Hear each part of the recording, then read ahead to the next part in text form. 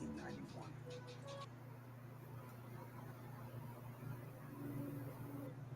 Young, hungry lion, James Toney. Yes, he's young. Yes, he's strong. But I've beaten down so many young guys, and he thinks that because he's young and he has youth in his favor, that's all. You have to fight one because of that. With his age comes experience that can never be taught outside of the ring. Eddie Futch, who trains Mike, feels that against Toney, Mike's age will be an asset. His age will be a factor in that with that age came experience. And the experience that he's gained down through the years will stand in good stead against Toney. It was nearly a decade ago that he got his chance to fight Sean Mannion for the vacant WBA Junior Middleweight Championship. He captured the title and remained undefeated as a junior middleweight. The most significant of these wins was a devastating knockout of Donald Curry. Remember the Donald Curry fight, which was electrified knockout, electrifying punch, that one punch knockout. That was the most exciting fight for Mike McCallum. After that Curry fight, Mike moved up to the middleweight division, suffered his first and only loss in his career against Sumbu Kalambe. He came back strong and eventually captured the vacant WBA middleweight title. Mike had every intention of putting that title on the line tonight. But due to a monetary and WBA bylaw conflict, Mike was stripped of his belt. I go all over the world to fight as a champion. Name 2 or 3 champions today who have done what I've done. Back against the wall in other people's own town fight. No, Mike McCallum did it. And despite all of that, they're still giving me a raw deal in terms of the title.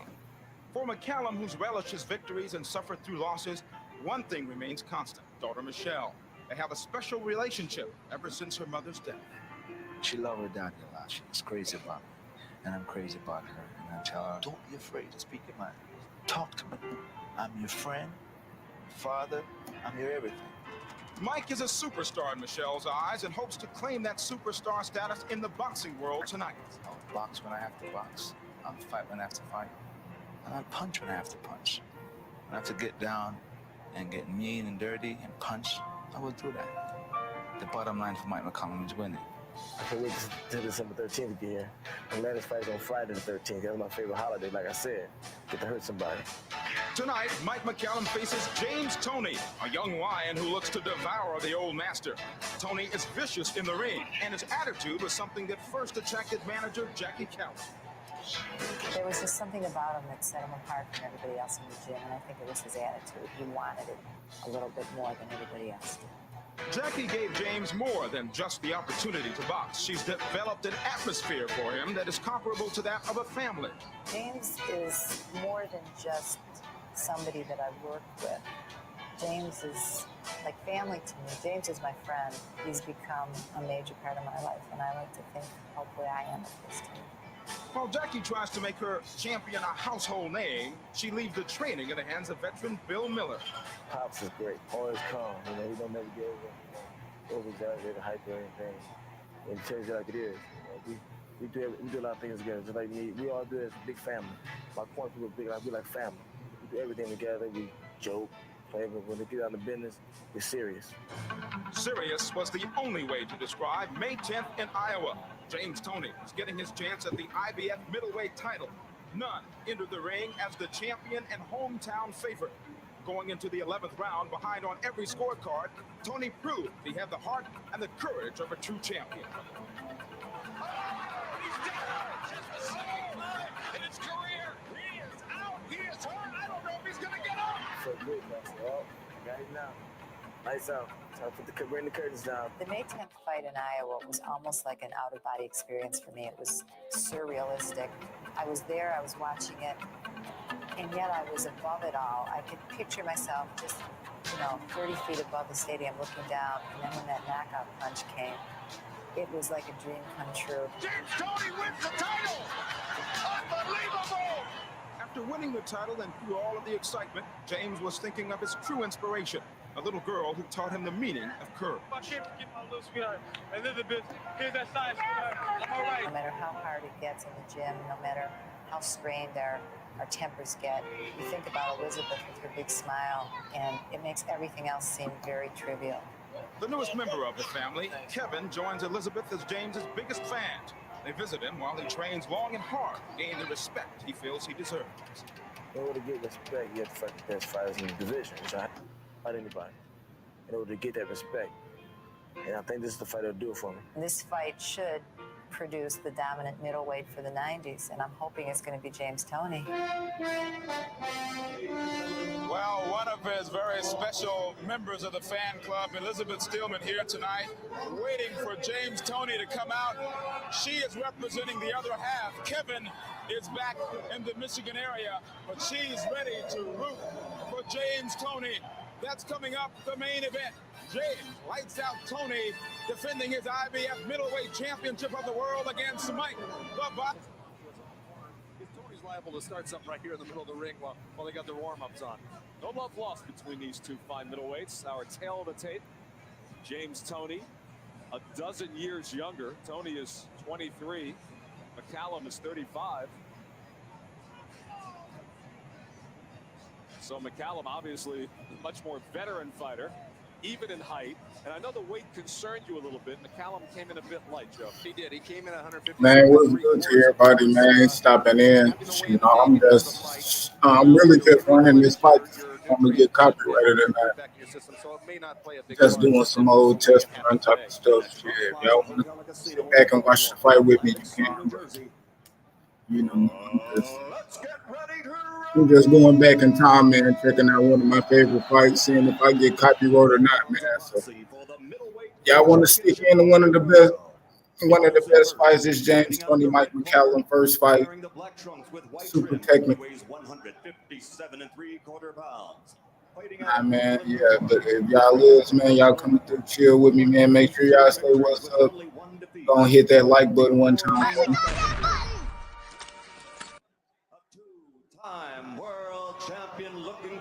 We in here, man. I ain't about to do nothing. I'm about to roll up. You know what I mean?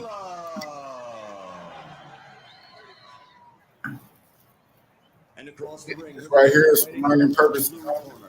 Wearing the white trunks with gold trim, weighing an even 159 pounds. From the Motor City, Detroit, Michigan, his professional record, 28 victories without a defeat, 1 draw. 20 of those 28 victories are by KO. Ladies and gentlemen, the IBF middleweight champion of the world, James Lights Out Toney.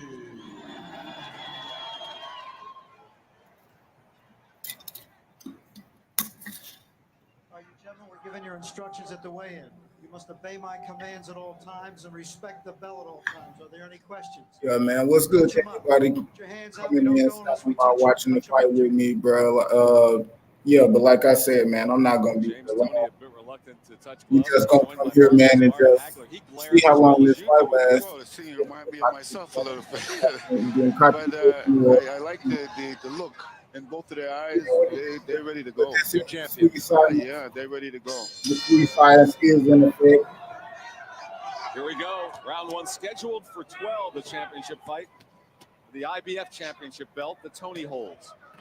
Well, you know, McCallum was 10 and he looked like an old pro. He wasn't really thinking that Toney has anything to make him scared, you know. And that's kind of a good look of confidence. Plus, I want to see behind them stripping McCallum. I want to know who is that. I think that's. I ain't tripping. I want to say that's Marvin Hagler. I think that's talking. TVKO. They out there throwing that shit.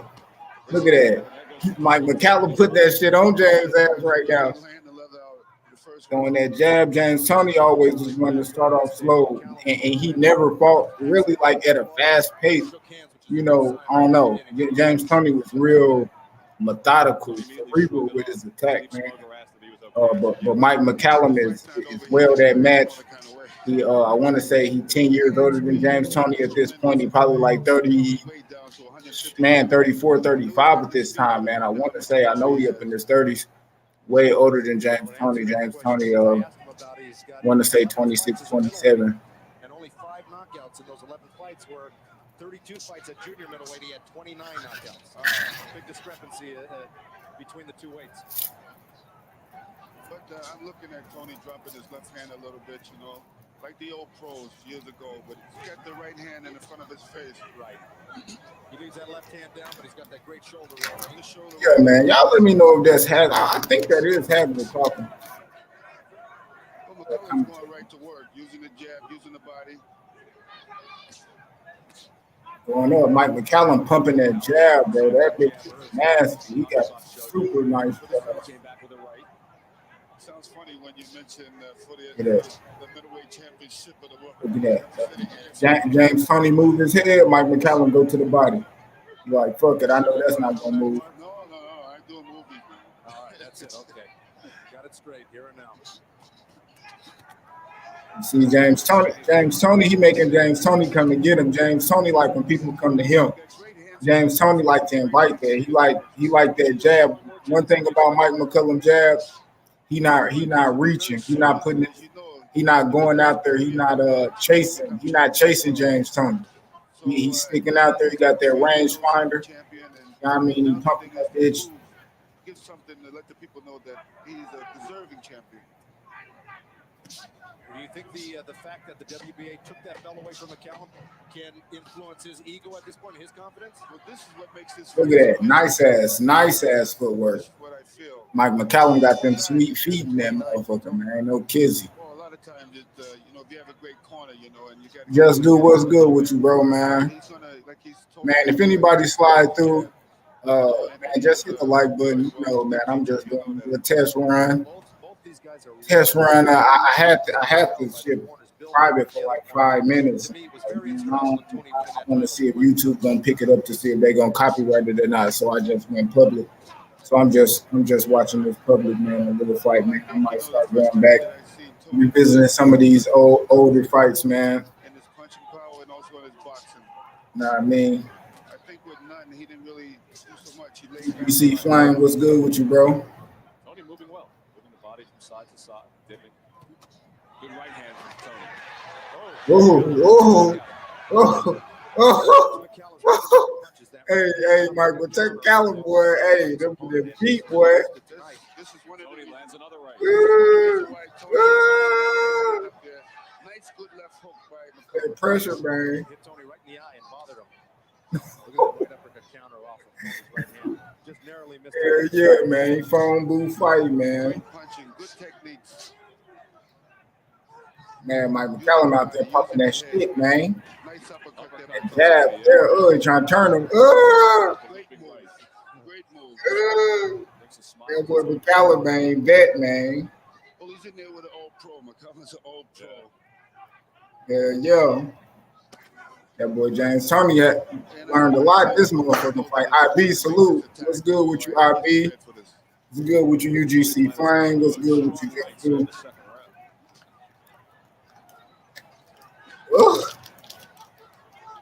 Okay, James Toney looking like the younger man in this round, but I'll tell you, he landed a solid right hand. McCallum is coming back strong. Pacing himself on his ass. Look, James will keep him tired. See, that's James right there. That's what he like right there. You see him start smiling? That's James right there. That's him in his bag. That's what he want. Mike McCallum ain't gonna give him that shit. Mike McCallum gonna make you move your feet. Mike McCallum, none of that lazy shit. Move your feet, young nigga. Me a little bit of the Beast Mugabe when I fought Mugabe. Yeah, I knew that was Marvin Hagler. I'm like, man, that's like that by Marvin, man. That's Marvin, man. McCallum flashing the jab. The second round winds down. Toney's catching real good. He's throwing those punches real well. I like the way he's fighting. Oh! That was a beautiful double hook delivered. James on the scout. With McCallum going down. Oh, let me rewind that, man. McCallum flashing the jab. Look at that. Round winds down. Toney's catching real good. He's throwing those punches real well. I like the way he's fighting.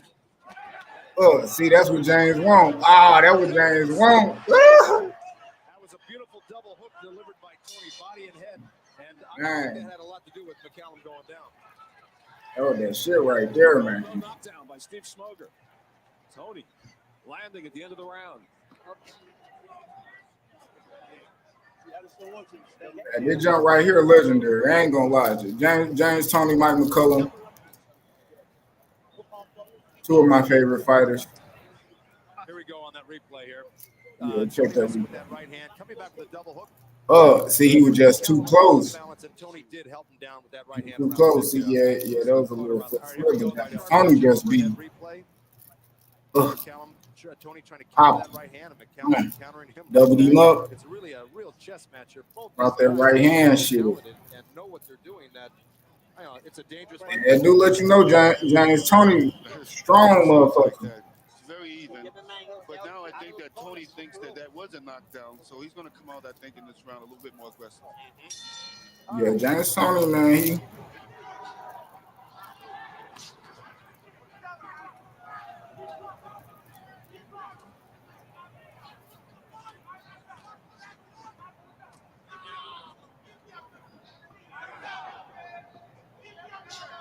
This is round 3.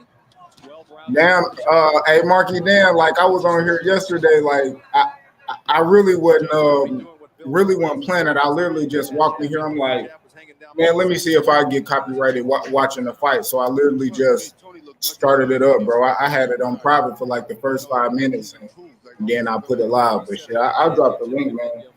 I want to come up here, watch it with the young God, man. He's looking great in this one. We 2 rounds in, man. I gave Mike the first round. I gave James Toney the second round.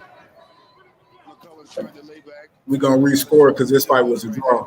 So I got Mike 1, James Toney 2, and I got And I believe what McCallum has to do is box more. Yeah, Mike McCallum got a box more. When he start putting that pressure on James, that's that shit. Like, he really is a natural middleweight. Where McCallum, it took him into his 30s before he really reached that 160. see, James love that pressure. Look at that head movement. Look at that. That was a low blow. Sneaky right there. Right hand. Went about 4 inches. Nice uppercut by Mike McCallum. 1-2. James, that went off Toney's shoulder though. Don't get tied in there. That's the main factor here. See, he making James Toney move.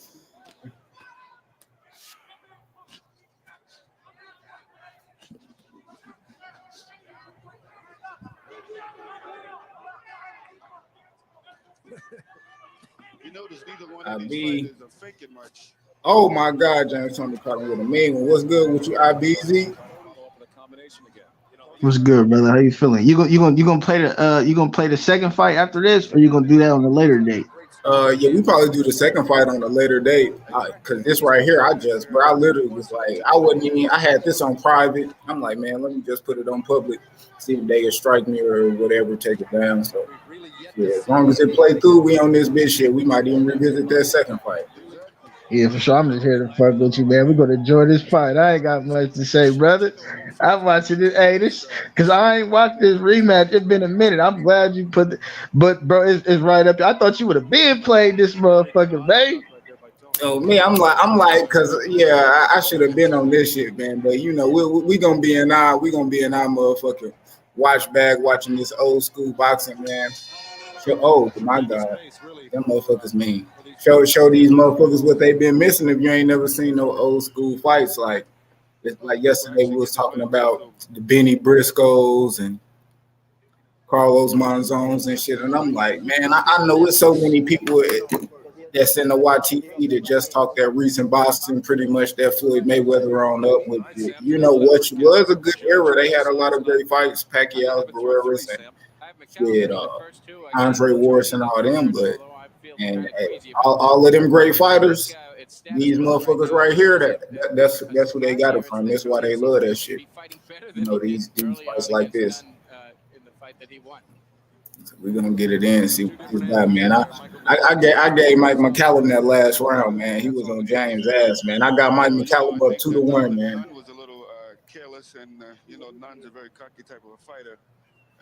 And then one thing I will throw out there, We'll see if Tony's that real champion. Eddie Futch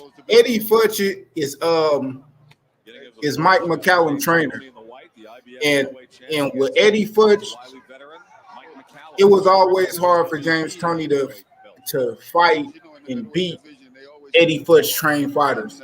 Like what was the bull name that Roy Jones got disqualified fighting IB?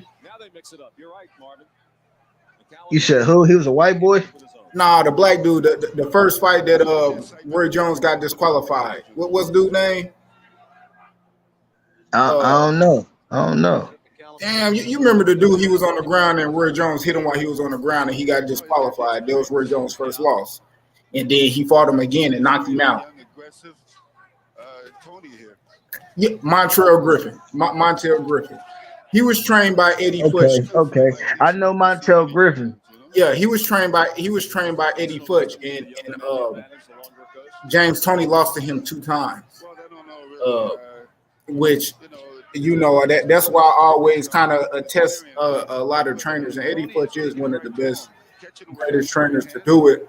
And he always, he knew that style James Toney fought with. So anytime James Toney fought Eddie Futch fighter with Montel Griffin and Mike McCallum, it always was a tough fight. There he goes with the jab here in the 4th round. McCallum. Toney comes back with another right hand. That's been his bread and butter punch. Oh my God. James Toney on his ass in this one. Really riding that right hand out and coming back with his own. Yeah, and another good right. Yeah, OTB, what's good with you, brother? How you doing, family? Ohio stand up. Got my player partner IB in this bitch. Yeah, for sure. Much respect, OTB boxing. Ohio play in the building. Ohio player, Midwest in the building, man. Y'all know how we do it. God damn, McCallum on my nigga James Toney. He throwing that shit back though.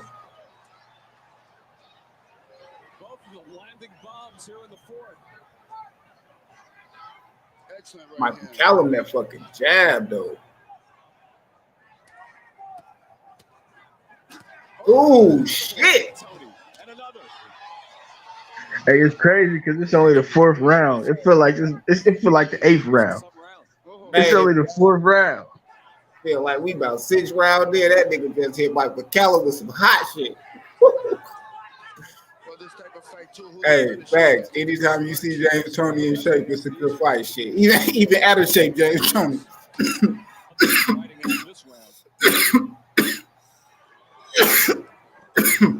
You gotta find this back. Oh my God, bro, that motherfucker counter right hand, bro. Oh, God damn, man.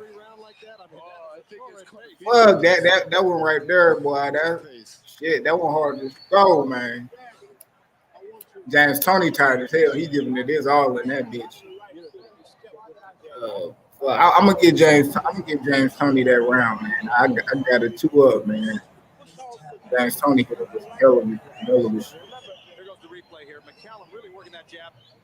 He keep leaning McCallum like when he hit McCallum, that nigga leaning shit. Look at that shit. The blueprint for this fight all night. One guy counter punching the other. But see, you see how you got 2 motherfuckers in there countering each other. He's rolling with the punches. So there we go. Hey, let me get them specs, man. Specs, man. Really stopped him in his tracks and another short. I need me some stolen Cartiers, man, for 600. Those 2 right hands by McCallum were very sharp. Well, at the moment for me, I feel you're on mute, IB. The Cartiers I've been looking at, them bitches like 3,900. But I found some. They like 15. They like 15. But they my style though. They ain't the buffs. They ain't got the Buffalo White buffs. They the black joints with the gold trim. Yeah, man. And they like 15. But I like them better than the white, Buffalo. You know what I'm saying? Material, but they still cool though. But they coming soon though. I can't see myself paying 3 bands for no. I can't do that, man. I ain't got that much money, man. I can't do that. But I got them coming soon though. Them bitches like 15 though. They 15 though.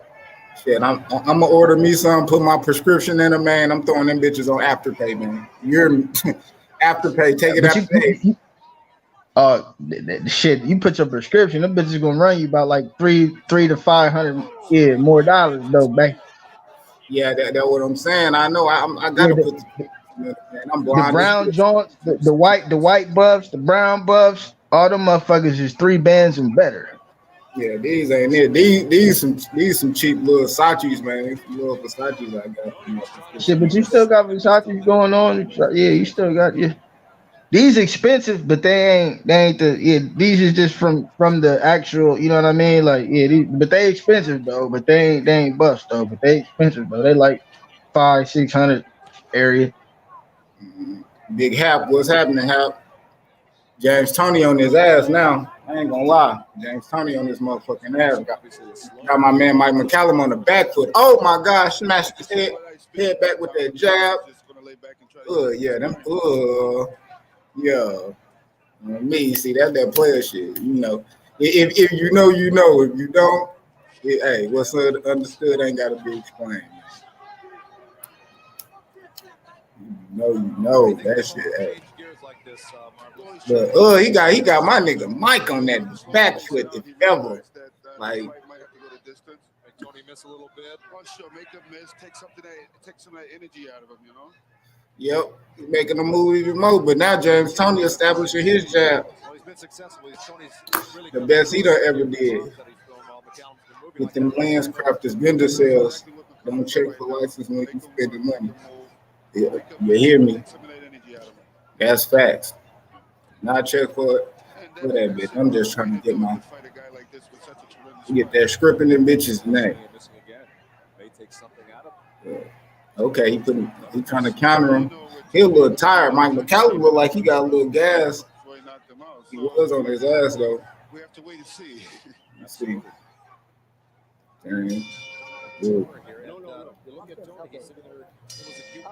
Yeah, James bringing that pressure. I wish they had us. I wish they had the corner so we could hear what the corner saying. Scheduled for 12 championship fight. See what they was looking at, but that's two great trainers up in there, man, and 2 great fighters, man. So that's another reason why I wanted this fight one of the best, because you got 2 boxing minds going against each other, and Bill Miller and Eddie Futch going against two Hall of Fame. In Tony's corner, they were telling that he was dropping his left hand and telling him to pick the left hand up a little higher. This was a perfect fight for James Toney. This was a perfect fight for him. Why you think he was so slick? Hey, after the first 2 fights, why you think he got so slick? Mike McCallum, hey, listen, man, this fight right here and the rematch, man, that's why James Toney is the James Toney he was. I'm telling you, for fights like this. Yeah, it was, bro. All that shit out of you. Yeah, and that shit gonna make you, bro. On me, you look, know that. James Toney got a baby face. He don't even look like the James Toney motherfuckers used to seeing that heavyweight and shit like that. He don't even look like the same James Toney. Hey, tell me if you see any Devin Haney and Mike McCallum, because you know Mike McCallum trained Devin Haney for a little bit too. Tell me if you see any of that Devin Haney and Mike McCallum. I do see that right hand, how Mike McCallum kind of throw that kind of right hand a little bit. You know, Devin Haney, he just so well-rounded. He got a little bit of a lot of people when you see him fight. The stands look similar too. I don't really see too many similarities, but that stance, the way he throw that jab out there, that's what I see look similar. The stands and shit like that, like that's what I see similar, but I don't really see too much similarities. Yeah. Oh shit, I got somebody in the back. My bad, Marky there. I didn't see you. I got my screen like in half. So. What's good? You watching a classic fight? Yeah, man. We brought out one of the classics today, man, and we gonna bring on some more classics, man, for the people to go and watch, man, because this for sure one of them ones, man. Can't be late at. They got the boy Marvin Hagler commentating. back after taking a big punch like that. You know what I mean? Oh shit, he hit my Really nose. said it, Marvelous, because that exhibits a great chin. Because we know Toney can punch. You hear all these shits, even the body shots.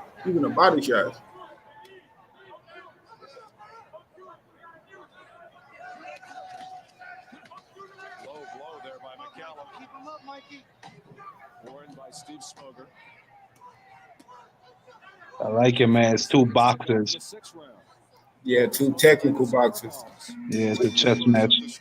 Two counter punchers, bro. That shit is ain't shit, but a lot of high shit, man. But he's getting out of range of the right hand. Mike is counting on every right hand is through. Apply more pressure, but not applying enough pressure. Okay, here we He go. said he wants some more pressure. He do need to apply a little bit more pressure because he got Mike McCallum done slowed down. He on the back foot. His jab ain't got enough, got all that steam on it that it had in them earlier rounds either. But that right hand's still alive. He's still throwing that bitch. He throwing that motherfucker like fucking food at a food fight. McCallum with his left hand down and his chin up. Good. And then he follow with the left hook to the body. He felt that bitch too. He took that elbow right back. Ugh. You saw that. A little blood coming from either the mouth or the nose of McCallum. Through 6 rounds, so McCallum is the worst for wear between the two. Bruce Gas, what's good with you? Yeah, this. Oh my God. Ooh, power jab. Power jab. Yes, he is a good ref. Oh yeah, either of these guys could knock either one. He a good ref because I barely notice him. That's the best ref you can have. Ooh, did that land or he slip it? Oh my God. He got them. He got them feet, man. Mike McCallum in his mid-30s still going like this. I like these types of matchups because you on the edge of your seat while you wait for these dudes to like set up a punch. It's not just like two sluggers in there. Yeah. And this the real it's real boxing. Like look at the law start. Man, how intelligent they feet is. Even with James Toney, like he don't move unless it's necessary. He move back up. He putting that lead foot right where it needs to be so he can land. He keeping that bitch right in your center. Ooh, I don't think I seen that one fighter on the ropes not one time. This fight been in the center of the ring the whole fight. That's what I like.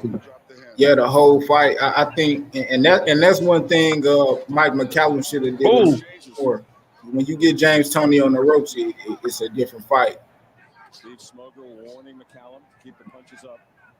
McCallum's left hook straight. So how you got it so far? Like, is Mike? Like, do you think Mike is confused?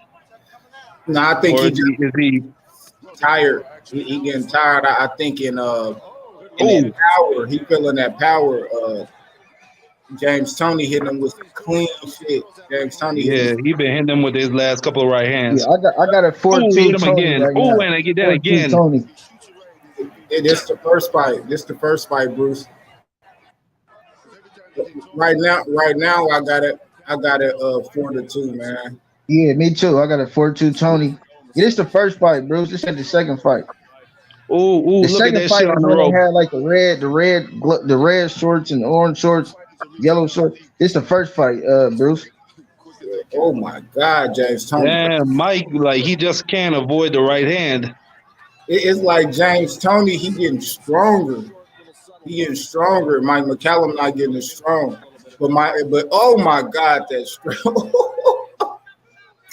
You know that anytime Mike McCallum do something, he gets something in return. Like James Toney, don't just let him do come in without a price. Man, he sure don't, man. And Mike McCallum, man, beautiful footwork, bro. You see how we just spent James Toney? He was literally standing behind him, waiting for James Toney to turn around, bro. Like, God damn, like. Beautiful. Beautiful shit, bro. He lucky he could hit James Toney with it while he turned like that. But god damn, bro, without touching him. I also gave him the 5th round. I thought that was experience just showing out. It was a real dull, real slow. So they got McCallum just in front by a point. Hey, you know, this is one I can just steal away. And he damn, they gave McCallum in the 7th. Nah, they gave him the last round. That exciting 4th round you gave. Nah, I couldn't give him that. He got hit with some big shots all through the round. It's close, but I still got James up. Well, this fight is. I got James up. This shit close. We talking competitive. Yeah, middleweight or super middleweight. What is this? James Toney, the IBF middleweight champ, and Mike McCallum. 160, I believe. 160. It's 160. All right, cool. Because Toney, now you see where he's got his right hand in the front of his face. If you use now they back pumping the jab. Oh, can you fact check that though, Q, to see what division this is in? Oh, I hear him. I hear him saying it. I hear him. Yeah, I think it's 160. 160 then. Yeah, 160. Yeah. That's what I figured. For the IBF title. So you don't necessarily agree with the instructions he got in the corner, then? Huh? No, not to box. I think he's got to go after McCallum and put the pressure on him and throw punches. McCallum again with the low punch. So everything running smooth with the live this time. Because that's where the experience is coming in. Yeah, everything going smooth. Okay. I know last time they shut that shit down quick. Yeah. Bruce said Don King don't play about his shit. And that was a Don King fight. Oh, okay, so all right. McCallum throwing a good ass jab and he's switching the levels, bro. But James Toney's head moving is just slipping all that shit. Yeah, that shit is immaculate. That shit is good. McCallum throwing some good jabs, but man, James Toney's head moving, man. He's again with that right. Yeah, and then it's the fact too. James Toney really hurt him a couple times. Yeah, you saw that shit, Abby. You saw it. Yeah. James Toney hurt him a couple of times throughout a lot of these exchanges. Every time he throw the jab. Yeah. Oh my God. Oh again. And then I left behind it. Oh, I think he hurt him a little bit. Yeah, he hurt him. See, but now Mike McCallum's getting close too. He seems to be losing a little steam. You're right. Yeah, he known for his body work, right? Yeah. That inside get on it. Oh my God! Again with the right. Oh my God! James Toney just got him like his defense, and all of that shit. He just fading. Right now, I think Mike McCallum has made a choice that he's gonna stand there with James Toney because boxing is not working for him. Yeah, he's too tired to box. He's too tired. See how close he is? Yeah, he closing the distance. James Toney just get him at that near range. He just and he's having success. But James Toney's still a hell of an inside fighter too. Oh my God. Well, I mean, dude, Mike McCallum was getting killed from range. At least he's having some type of success on the inside, even if he's getting hit. Man, Bruce said, he because James Toney missing too, though. You feel what I'm saying? That's what they both missing, and they both landing here and there, but they both missing. He said, Bruce Gas said, I remember watching this fight as it happened. I called it Toney close decision. It looked a little wilder watching this shit on the again, like man. Boom. Look at McCallum come back. It's amazing that he hasn't really wobbled or gone down from that. Here we go, another look.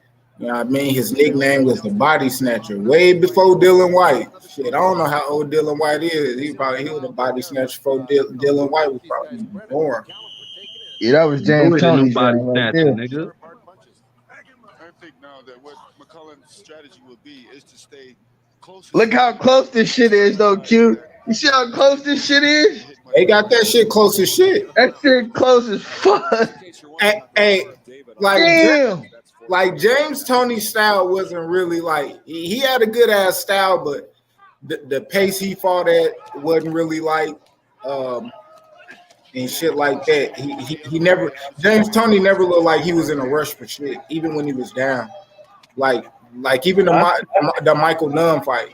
Yeah, you could hear him talking about it, but it was like the same with Michael Nunn because they felt like he was a boxer.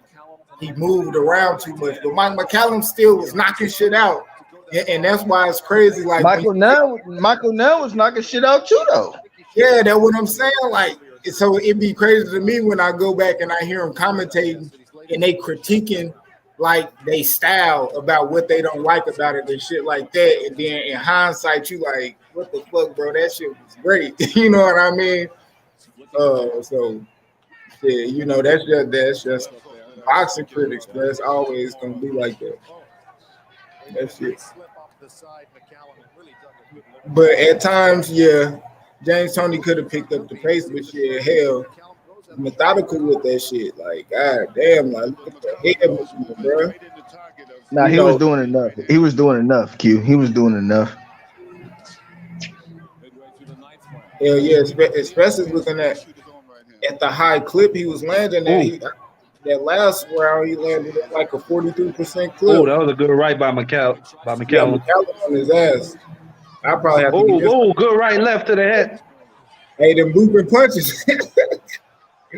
hey, this is what he did. He made it an inside fight. That shit cold. Boom. You see, he's catching them with that little short left hook. Man, James Toney, that he slipped that fucking shit and boom, sitting there right. That's that shit T.O. be trying to do. I love that shit when T.O. do that catch and shoot, boom, sit you on your fucking ass cheeks. And James Toney won his second fight, but it's still worth playing though.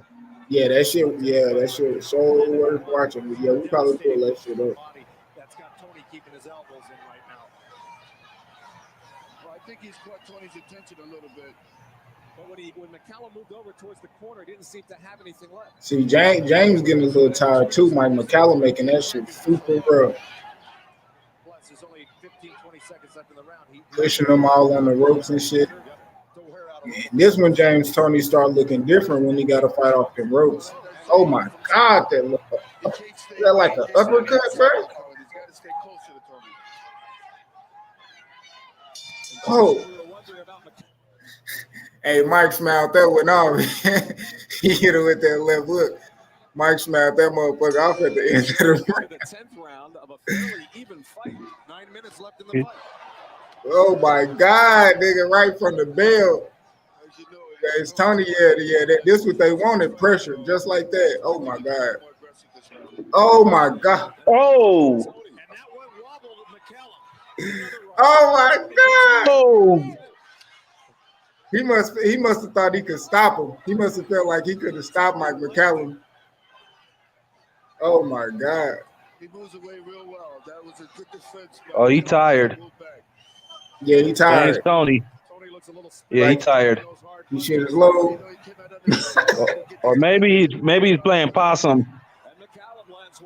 Nah, that motherfucker tired. High guard. He's smiling. Okay, let him off the rope. Oh yeah, he tired. No, he tired. He was happy. He was like, yeah, he played it. Oh, see, that's the thing about boxing. That shit is also mental and shit.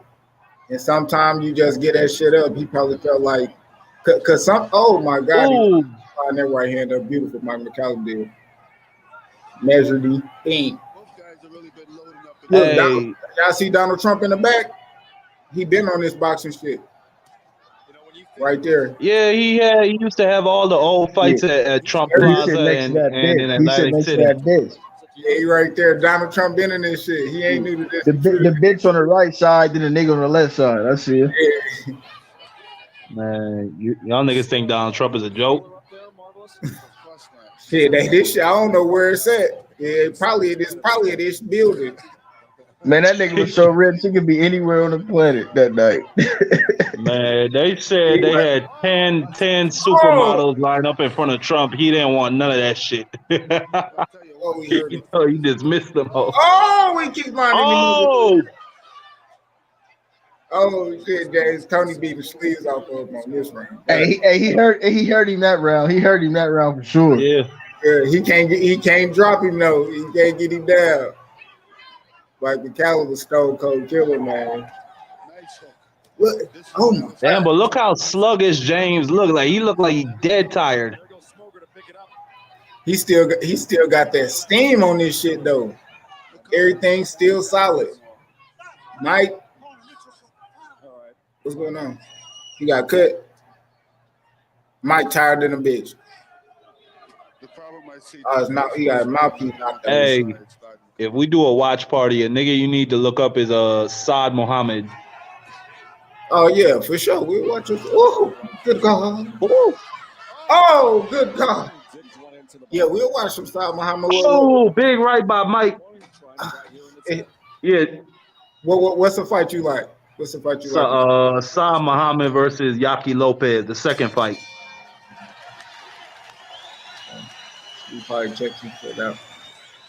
You want to see a war, my nigga? Go watch Saad Muhammad. All his fights was wars. And he had the fights with Marvin Harrison. Them fights was crazy too, but let's focus on James Toney for now. James Toney, man. He tired. He really ain't looking like it. He ain't breathing hard or nothing while he's sitting down.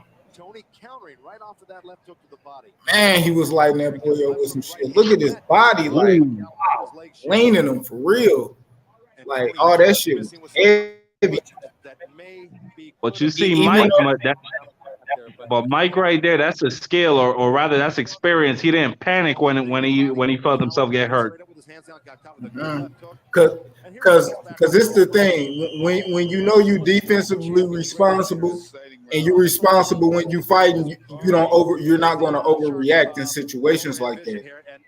Even when you seen him getting his mouthpiece knocked out, you ain't see him go look and react. He stayed like that shit ain't even get knocked out. You know what I mean? And that's the thing, like, and that's why I like seeing that in fighters. Like I see that in Xander Zayas, I see that in Shushu. Like when they get hit, it's like boom, they don't go running, they don't move. They get right back defensively responsible and get back on their shit. That's a lot because most people they'll stop, move around, and do all that shit. Hey Q, I ain't even gonna capture you, Q. I believe in Shushu more than I believe in Keyshawn Davis. I ain't even gonna lie. And it ain't no like, oh, I'm hating on Keyshawn Davis. I believe in Shushu's skills more than I believe in Keyshawn Davis' skills. I ain't even gonna lie to you, bro. I understand what you're getting from. I believe in Shushu more than I believe in Keyshawn. Like I think Keyshawn a little bit more overhyped. I believe in Shushu's skill set overall, though. I ain't even gonna cap to you, bro. Hey, I think niggas know that and shit. I don't believe in Jahai Tucker at all. And I'm not hating on Jahai Tucker, but I don't believe in Jahai Tucker at all. He's not gonna be one of those guys. And that's not no hate. I just know what I see. Yeah, niggas know Keyshawn the truth because all them guys done been in the ring with Keyshawn. And before he even got with Bo Mac, Keyshawn was known for like getting on motherfuckers' ass in the gym. And that's all counterparts. You know what I mean? And just doing good and giving Shakur good work. But like you said, bro, even like I like Keyshawn, he cold. I think he is one of them top prospects. No, I like him too. I like him too, bro. I like him too. Aside from that nigga, like trust me, he's not them guys like Shakur, Devin. Put Shushu in with H2O. Put him in with H2O. See what's gonna happen. So who you got? Who you got in that fight? Who you got in that fight, Marky Dan? I got H2O. He's my number one pick in the draft out of all the prospects. Okay. Now H2O, nice. H2O. Okay, so man to man, we listen. That fight not gonna happen though. So I can't even say okay. I can bet you. Nah. Oh my god. But that's a good fight. That's a good fight though. That's a good fight. I think I like H2O too. I mean, I'm not doubting. I'm not doubting the skills, but. Damn, bro, you know that fight not about to happen no time soon, man. Nah, they both prospects. They both on Showtime and ESPN. They're not about to do that, bro, because they both got shit going. They gonna pad their resume and do what they got to do to build them up. I mean, But you they know what I'm gonna be saying? But they gonna have to fight because I ain't gonna lie. Like now, rather than before, when do you even know? Like you could name like 3 prospects, 4 prospects in a goddamn division, like 26, 30, 35, 40, like 47. Like it's really a lot of smoke out here, and we ain't really had that in a long time. So I think a lot of them guys is gonna fight. Some sooner than later. I think when the cream of the crop rise to the top, yeah, them the guys that you're gonna get later. But right Yeah, now, I think more in 35 and 40 though, Q. More prospects in 35 and 40. yeah, like Tiger Johnson, Abdullah, shit. But I mean, Frank Martin, he a contender, but I mean, he damn.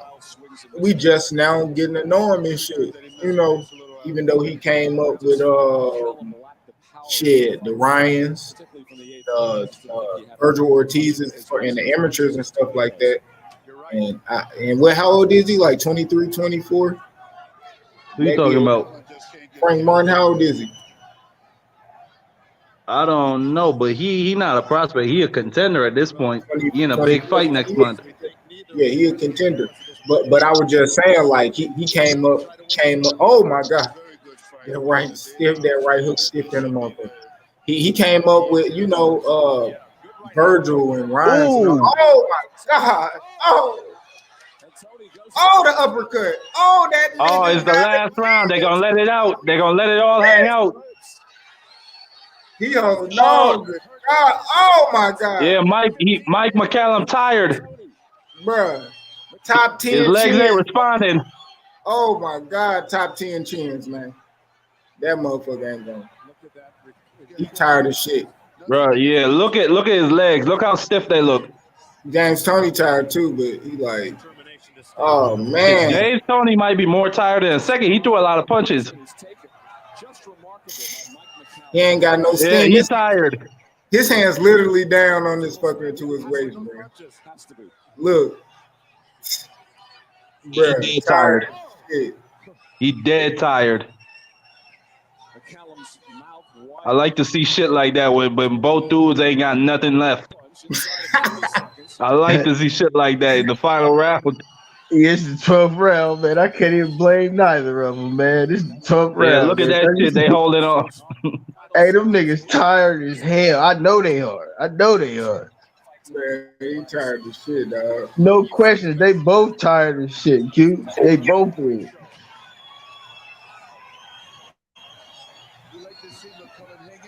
Oh shit! Oh shit! James, he had some left. That left hook, in man. That clean ass left hook. Okay. Man, James. Yeah, I got Toney winning a close fight. Yeah, I didn't watch the whole shit, but yeah, I got Toney. Yeah, that wasn't no draw, man. Hey, but Toney won a rematch too, though. Man, he beat him twice. Matter of Toney fact, won a rematch too, Marky. Then he did. It was a draw though. I feel like, man, Toney, come on, man. Let's be real, man. James Come I know he on. had that one fight where he knocked the dude out late and he was losing. Toney won that second fight. I don't care what nobody say. Yeah, James Toney won that second fight. He won this fight. Split. Ladies and gentlemen, the bout is a draw. Let's hear it for both of these fighters here tonight. They said it's a draw, man. James Toney just beat the sleeves off my guy, bro.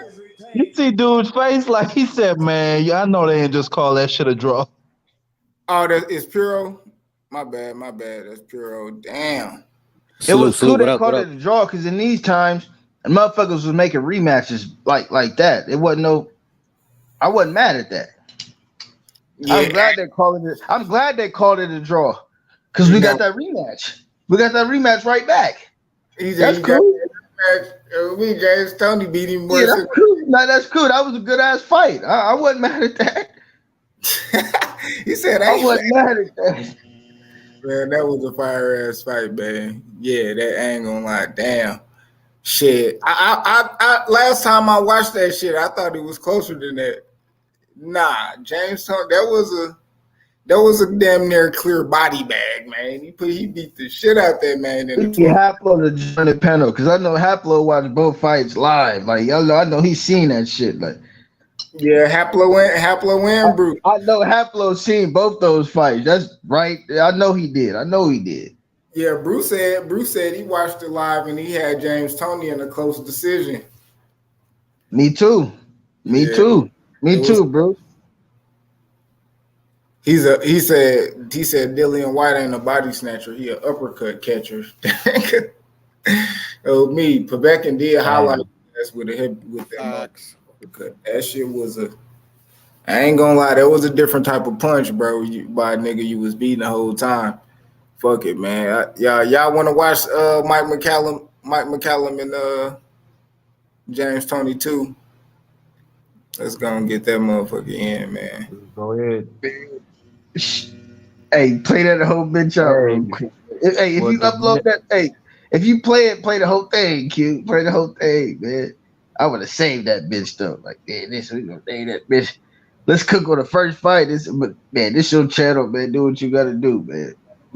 hey, but if we do another watch party, we gotta watch. It's a fight I got. Saad Muhammad versus Yaki Lopez. That's a fight you niggas gonna be wildin'. I'm telling you. Yeah, we gonna watch that It's a shit. great fight, actually. We gonna watch it. Oh, you seen it? Yeah, of course. Yeah, it's a lot of fights like that too, though, Marky Dan. Oh, you said Yeah. you done been on Like- panel with James Toney and Mike McCallum, man. I love to talk James Like Toney. Hagler Duran type shit. Like, you know, have you did a Yeah. watch party for Hagler Duran? Nah, this my first time. Because we know how Hearns did Duran. Fourth round shit. So that you don't even got to put that up there. We know what that. But have you did the Hagler Duran shit? Nah, I ain't did that one. I ain't did no Hagglers. You know, we gonna Oh, man, come on, Q. This Hey, is my first party. this a good opportunity to show people the lost art, my nigga. Show them like the real classic shit. The Metascience. Yeah. He said the Metascience. Yeah. The science of the science, man. For sure. Look, Hey, and even for people who ain't seen like Ray Robinson, you could pull up one of those fights, shit. yeah, we're gonna pull out that Sugar Ray, man. I just watched Ray Robinson and Tommy Hearns' first fight. That motherfucker was electrifying. I ain't gonna lie, ain't nobody fucking with Sugar Ray, bro. That dude was. That's Leonard why. or Robinson. That's That why nigga they. was different, bro. That No, nigga was different. I'm talking about Sugar Ray Leonard. Sugar Ray Robinson, like, yeah, that's understood. Ain't got to be explained. That's like Michael Jordan, like, you know. He was overrated. Oh, if I can. Hey, Q, keep it 100. Sugar What'd Ray you Leonard say? versus Errol Spence. Sugar Ray Leonard versus Errol Spence. Who you got, Q? He Man, ain't stop He it. ain't making it past 6. He ain't making it past 6, bro. Sugar Ray Leonard, though, right? Sugar Ray Leonard. Sugar Ray Leonard, yes. Yeah, Sugar Ray Leonard. I'm like, man, that was just a whole different, man. Goddamn, man. And I'm a Spence fan, but I gotta keep it 100. But damn, but hold on. What about Ray Leonard got an eye injury? Y'all forgetting that shit. That's to Spencer's advantage. Look at that. Shit, If he both got of that them got shit an eye already. injury. They both got eye injuries. Both of them got. But that got an nigga eye Spencer injury. is the eye hunter. He is the eye hunter, my nigga. Both of them coming off an eye injury. Both man. of them coming up with eye injury. Shit, that right Well, there. if you Yeah, do I had to pick Leonard, man. I had to pick Leonard. Yeah, man. Yeah, that's easy picking Leonard, man. Yeah, that's easy, bro. That's a sucker bet. And nigga, that's Hell sucker yeah. Yeah. Those are real ones, bro. Not like the pussies we got fighting now, man. Look, they matched up, man. Mike McCallum, 11 years older than that man. He 24. They damn near identical. He got a 1-inch reach on him. Nasty. This the first fight. Oh, this the average punches. They damn near the same with the punches. James Toney a little bit more accurate. He throw 5 less punches. How old was James? 24. Man, he's beating up on an old man. Man, it didn't look like it. Shit, nigga, Mike that's McCallum like is Mike McCallum, you know. nah, that's like Boots fighting Bud. Yeah, that's true, actually. 24 and 35. That old man will beat that young man though. Shit. Yeah, we have to. It is, you know, that old man is smaller than the young guy, and this Man, the is. young guy hasn't beat nobody, bruh. He's skilled. Don't get me wrong. Oh But yeah. This is different. Like this Mike McCallum that trying to get a belt from James Toney. Tony, James Toney already got the belt. Look at that young fresh ass man. Them big shoulders on that motherfucker. what year was this? Like 90 something? This 92. 92. That they first fight was in 91, December. I don't know what exact date this was on though.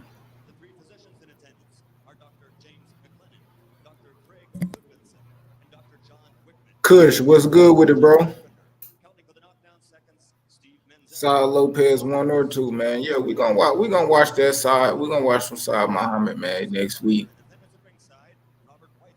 You know what I mean? We could do a little Saad Muhammad appreciation. Let me think. Saad Muhammad. I don't think did he ever. Did he fight Benny Briscoe?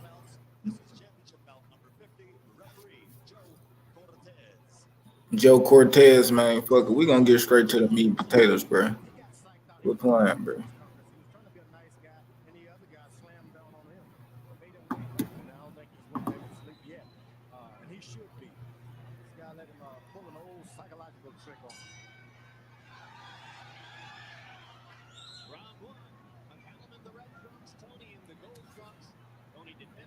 They look bigger. James Toney do for sure.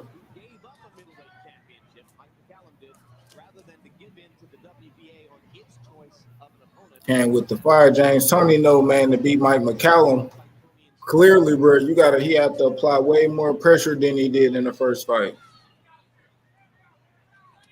Mike McCallum, shit, he looked good. He looked good as hell. Shit, only thing it looked like was the gas tank. Shit, kind of looked like he could have slowed his approach down in the beginning, but he did that to win them earlier rounds, and which that's really, I think that was really the telling thing of the fight. Mike McCallum was winning those earlier rounds, or which that's what the judges thought, and that's why he was able to get that draw in the fight. Because James Toney, I was saying that in that fight, man, clearly beat him in them championship rounds, like the late fight, big, hurting him and everything. Man, salute that boy Rich, man. Yeah, Money Rich, man. What's good with it, bro? Yeah, man, salute, man. Make sure y'all hit that. Yeah, salute my little bro Rich, man. Real nigga, man. Salute my brother, man. Young Rich. Real play out there in Frisco. Yeah. Oh, he said he from town. He said in Frisco. Hey, town, man. Hey, hold up. No. Rich from Pasadena. The Rich said he from Oakland, bro. Man, that nigga Rich from Pasadena. It's like, I'm just fucking with you. Rich is the president of the Devin fan club, man. Rich from Pasadena. Y'all got my little bro fucked up, man. He from the town, man. Talking about the Devin fan club. My nigga said, stop it. Stop it. Me salute my man's Rich. Look, I be over there dying. Doing that shit. Hey, they banging James Toney on the Scully. Mike McCallum taking the slower approach, man. He just counterpuncher, man.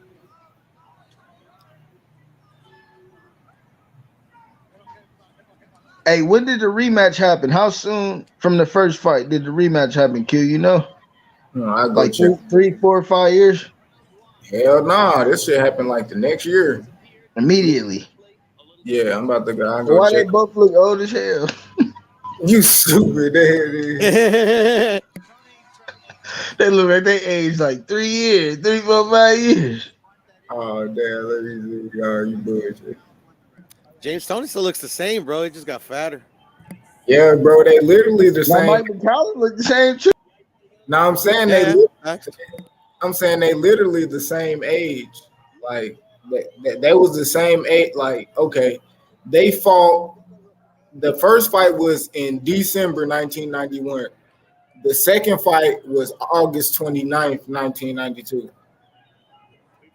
So they fought like a year up. like 8 months later. Hmm.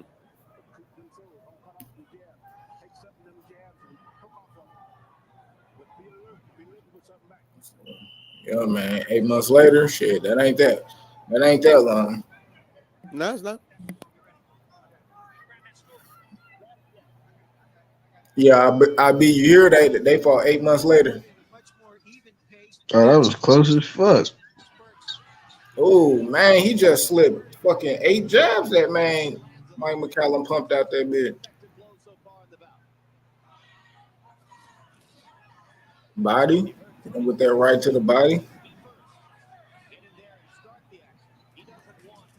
Damn.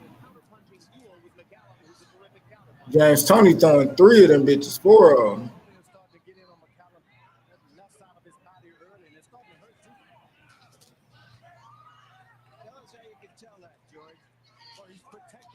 Getting in and getting out.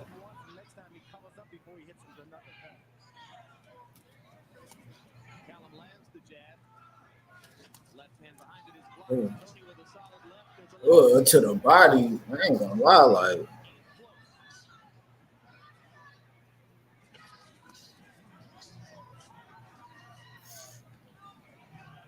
Yeah, James in that bitch like he on autopilot, like this extra easy.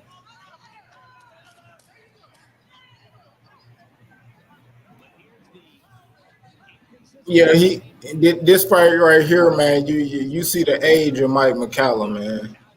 And then I think like Roy Jones fought Mike McCallum too, but it was like way after. I think Roy Jones. I think he probably fought him like 92. Yeah. Roy Jones might have fought him like 98. Man, let me go check. 97, 98.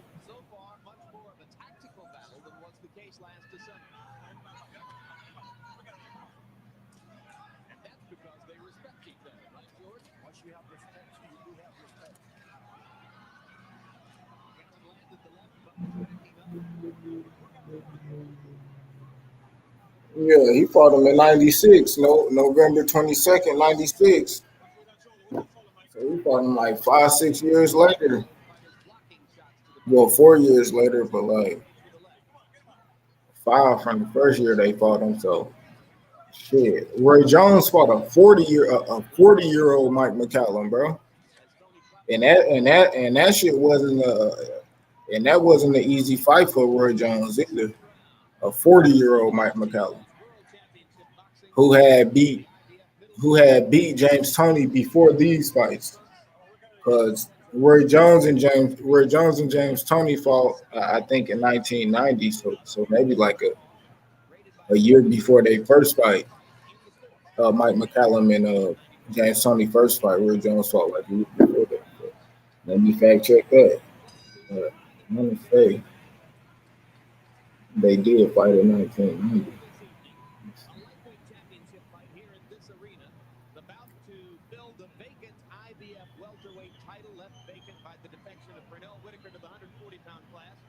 Oh no, I was wrong. No, they fought after that. They fought in November 18th, 1994 for James Toney IBF title. Roy Jones got stripped of his title. So man, okay.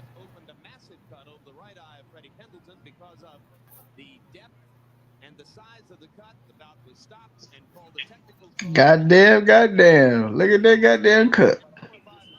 Yeah, that was from a different fight. Damn, it said they had Mike McCallum landing more punches than James Toney in that last round by Now double digits. he was winning. He was winning. He was Yeah. winning. Most definitely, he was winning. We'll see if this continues to be a battle of technique. If it is, it plays into McCallum's favor. Ugh. Nasty uppercut. Man, James Toney had a mean ass chin. Shit, both of them had some good ass chins.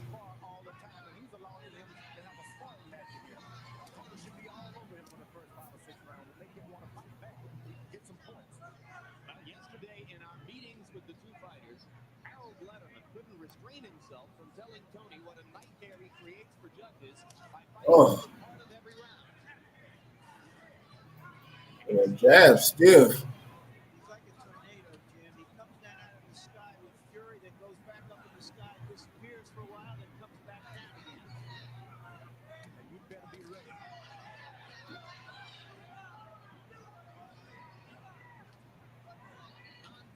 Ooh. Had told McCallum that he wanted him to get in and pressure Toney at the end of those spurts and take advantage of the fact that Toney doesn't want to fight the full 3 minutes of every round. But McCallum seems to want to stay away for the time being. The biggest mistake McCallum can do right now is start allowing Toney to jab him. If he gets his confidence in that jab, the fight is over. Stay away from him. Farther away because Yeah. Hey, IB, I'll say this, man. These two Mike McCallum fights come prepare that nigga for Roy Jones.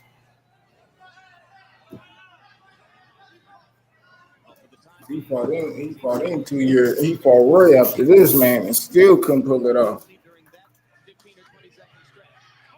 You find the correct distance and you use it. Never get in between that perfect distance where your jab is king. Mike is remembering better tonight to go to the body, something he forgot about in their December fight. Now Toney begins another spurt. 15 seconds remaining in the round.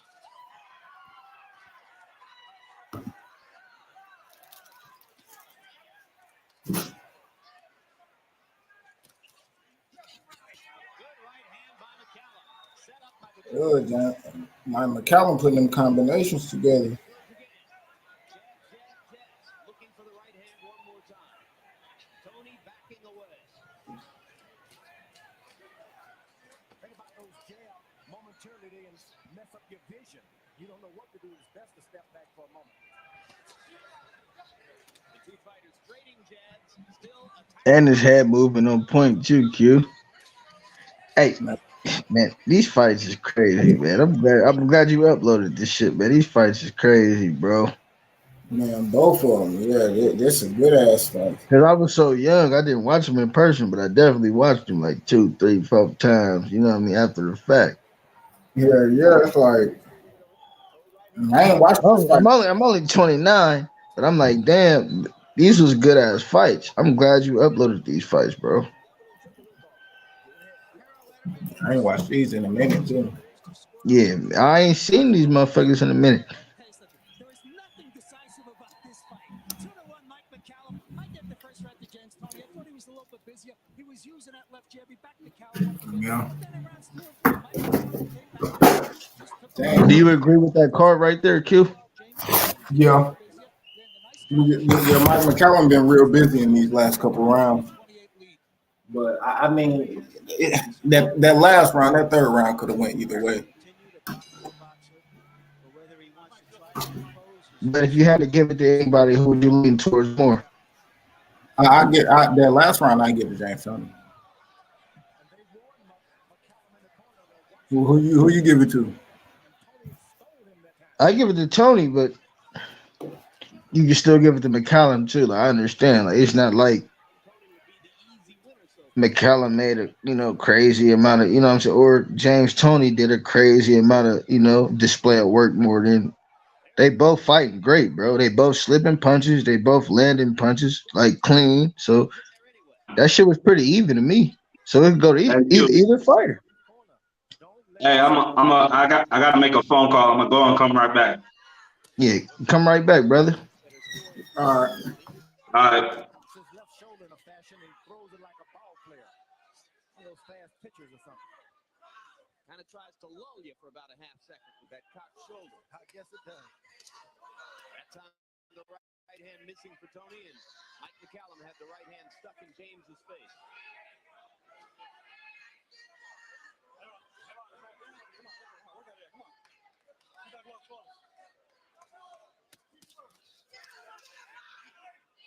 Multiple jabs from McCallum again. That's the strategy which has paid off for him in the sections of each round that he has controlled.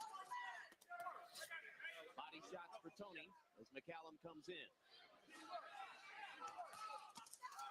Another right hand by James Toney.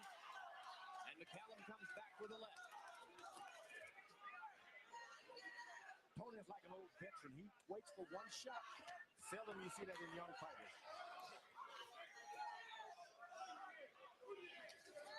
While he's waiting, George, McCallum is hitting. But while McCallum has the tactical advantage, it is Toney who lands the harder shots. That's right, and the judges are going to have to pay a lot of attention to that, especially when you got a crowd who can see that.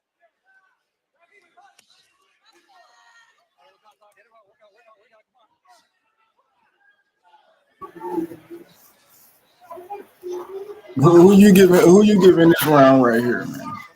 So far, I'm giving it to. It's close as fuck, but I'm low key edging it to James Toney. But they both doing the same thing. But I'm giving it to James Toney by the smallest margin so far. James Toney. Who you got? Who you got winning this round? Toney with the right uppercut. McCallum lands a left and a right inside. The two fighters trading solid punches as we come down the stretch in round number 4.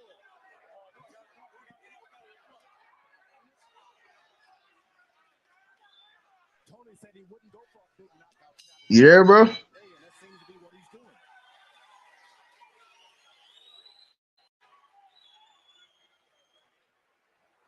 Well, we're all right.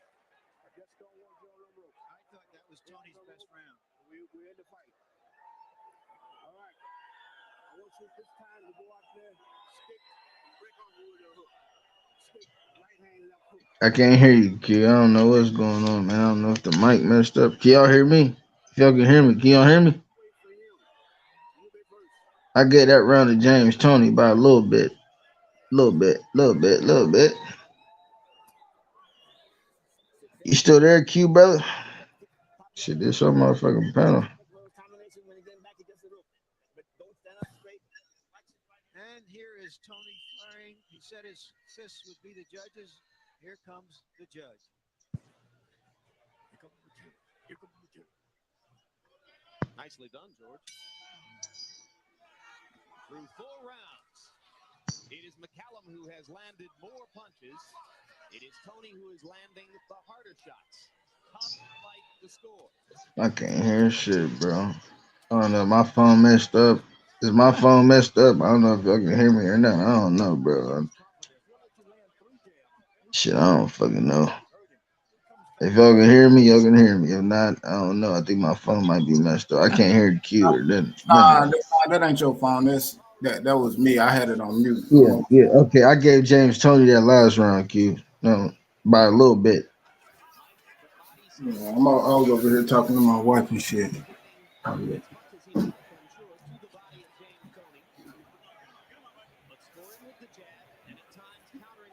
Yeah, James Toney behind that stick, man. I That missed shit it. was close as fuck, though. That last round was close as fuck, but I gave it to James Toney. No. That's the first one.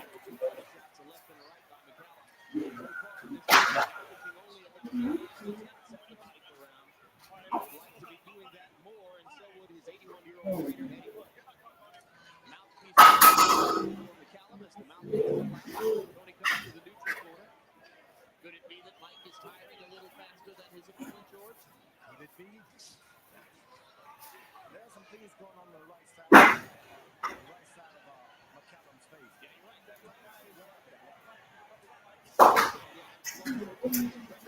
Cortez steps in with another instruction.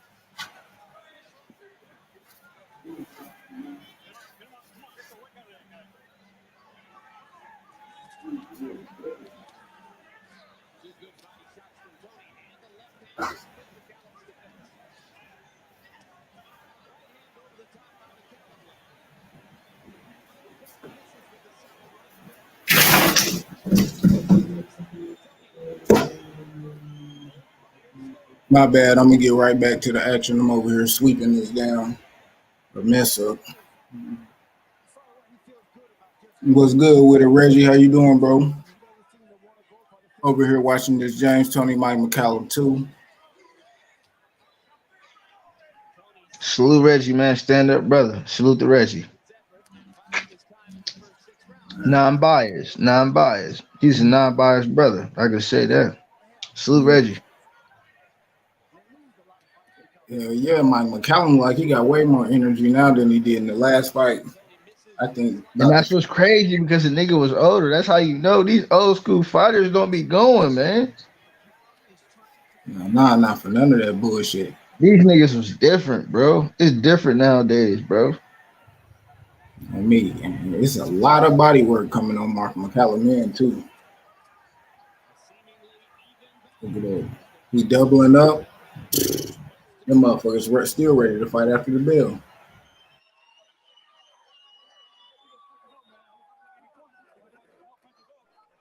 Cause nigga firing back with some other shit.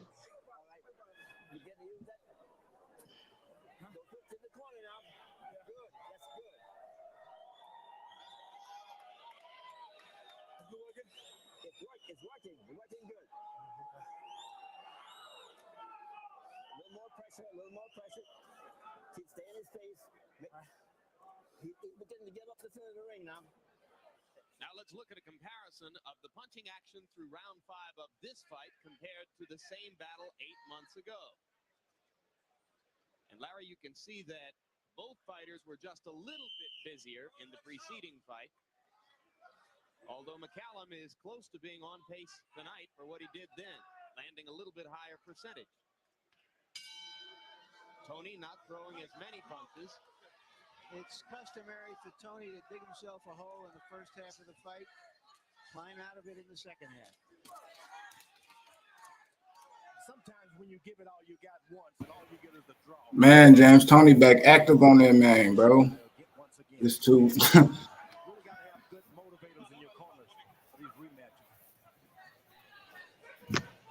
I don't know. It's shit. I don't know. I can say this, bro. A 24-year-old Mike McCallum, bro, against a 24-year-old James Toney. I might have to say Mike McCallum probably would have got him. This is 11. He 11 years older than James Toney right now, and bro, this is good work. Competitive rounds, he losing.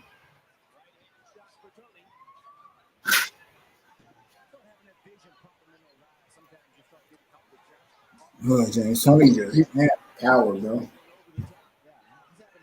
There's so much a good fight. I can't even speak on, you know what I'm saying, who, you know what I mean? All I can speak on is both guys' performance, bro. They both showed out. They came to, and then in this era of boxing Q, you already know how this shit was, bro. Fire and fire. It wasn't like nowadays and shit like that. We wouldn't even have got this fight nowadays type of shit. You feel what I'm saying? So I'm just embracing the moment. I'm embracing this fight. It's crazy. This is a real life fire fight. I'm just glad that we got 2 fights of this caliber with the same 2 opponents. You feel what I'm saying?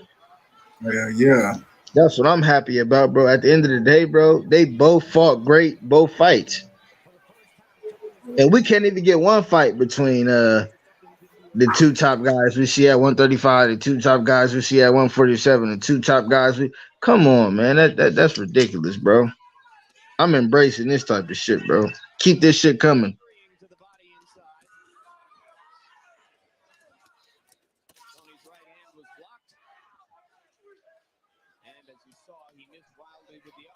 But Mike McCallum is slipping hella shit, and he capitalizing for sure.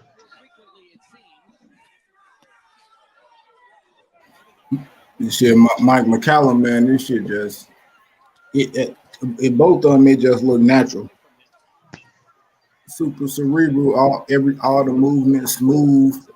Don't nobody looking frustrated. Like everybody looking cool, calm, collected. Man, it's a lot of shit, hard shit getting thrown. Like, but who looked hungrier? I think Mike McCallum looked hungrier. Yeah. But James Toney, like, man, shit. No, he hitting them hard. Man, it's just that power. I think that's what's separate. That's what's really just separating that shit. The fact that James Toney hit hit so hard. Mike McCallum, like, man, he can't take a clean punch from him. If Mike McCallum get hit, Larry, I don't have an instant nightmare. I got it 4-2, 58-56, James Toney. Jim, what I'm if thinking Mike about McCallum get is hit clean by James Toney, it's lights out. So he got to stay super elusive, super disciplined throughout the whole fight. He can't get caught slipping. that's what's scoring the points, and that's what I'm scoring.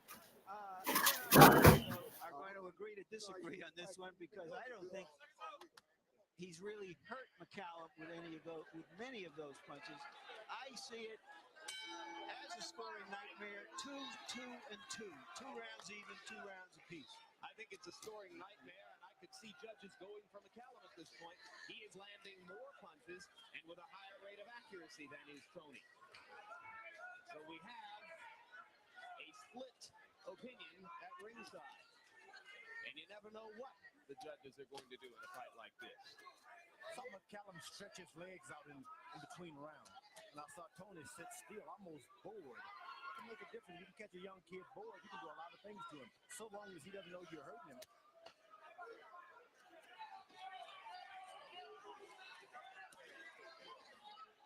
Well, the question is Toney discouraged and down, or is he well within himself and so confident that he feels as though he can do whatever he wants? And I think it's the latter. He sits back to admire his work sometimes. And the other guy goes on and land more punches.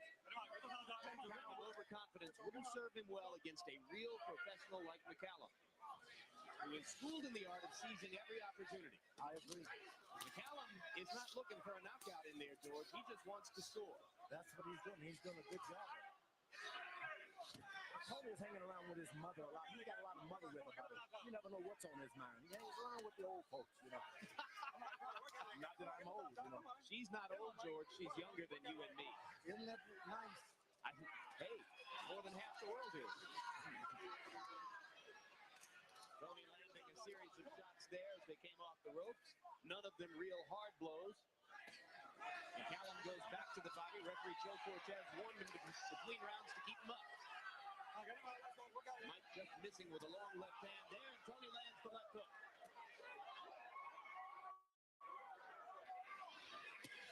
McCallum is saying, if you're not going to do anything, I may as well do something. That's what's happening in this boxing match.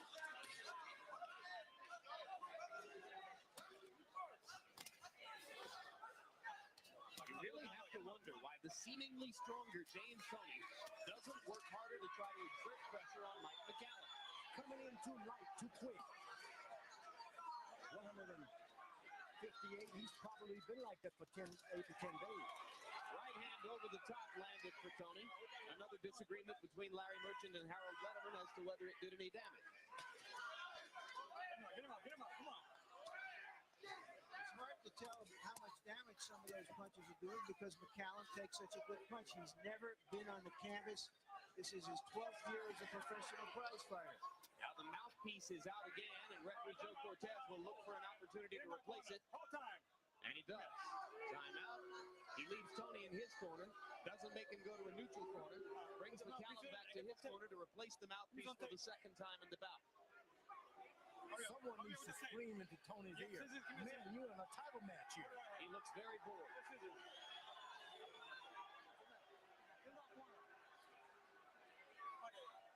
Now Cortez sends Toney to the neutral corner, and he comes over and smiles at us.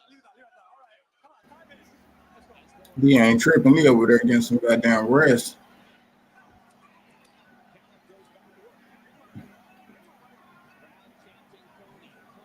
I give McCallum that round though.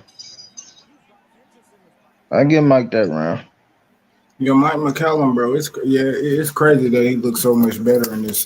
Round seven. That was Mike McCallum. God damn, that was a good round though. Who was that? Oh, that's Terry Norris. Champion Terry Norris with his wife Kelly at ringside. Terry Hey Q, I'm gonna come right back. I'm gonna come right back. I'm gonna make a phone call real quick, bro. I'll be right back, bro. All right. 154-pound world championship. That was Terry Norris. That was Terry Norris. See the hairstyle before and after shot. Keep your hands in. Mike McCallum. Damn, what round was it? Was that round 7? Good left hand. Staying in tight. Both fighters. Oh, look at that, man. Bro, James Toney, man. Sign of good fighters. Dude was lights out for real. McCallum has thrown 490 punches and landed 100. According to punch count numbers, Toney has thrown nearly 100 fewer punches and landed 75 fewer. Look at him. Look, man, you see James Toney catch his jab and throw an uppercut with the same hand. That was that. Well, pretty much the same thing Jamel Charlo did to J Rock. Caught the jab, throw the uppercut. James Toney missed though. McCallum has been trying all night to make Toney go backwards. He's been not able to do it, but he's trying and starting to happen. Man, Mike McCallum, man, he was just super physical, bro. One of the advantages that I just see how he just moved, how he moved James Toney around, bro. When he would just get overwhelmed with punches and combinations and shit like that, he'd just push James Toney, put his shoulder right there in his chest, and throw short shots or even clinch. I agree with you guys. Both fighters decided. Is it hot outside or is it cold outside?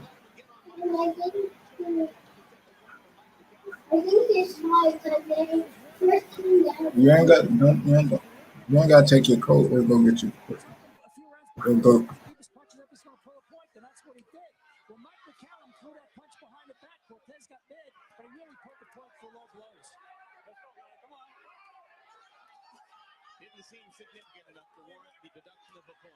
Now McCallum and Toney are giving and taking against the ropes. During Harold's discussion, you saw Toney land 2 or 3 hard shots, including an uppercut that snapped McCallum's head back. I would get. Toney is fighting like the older boxer. Yeah, he really is. Looking for opportunities in small spurts. What's wrong with it? Well, they keep taping his glove, bro. That's a very important thing because that glove can really get in your eye as you're swinging a punch. Just pick one eye. Joe Cortez, a longtime New Jersey institution who's recently relocated to Las Vegas. And Man, look at that. Thanks. That was like the first time I seen Mike McCallum fainting. Bill, what's good with you, bro? Mike McCallum definitely more physical, but he needed to be. With him being older, James Toney being so sharp and slick, that's experience right there. Facts, bro. It's just, man, it's just so much experience taking over with Mike McCallum. Like him being way more physical than a young fighter, because even at the same time, it's like we all know James Toney come from a football background.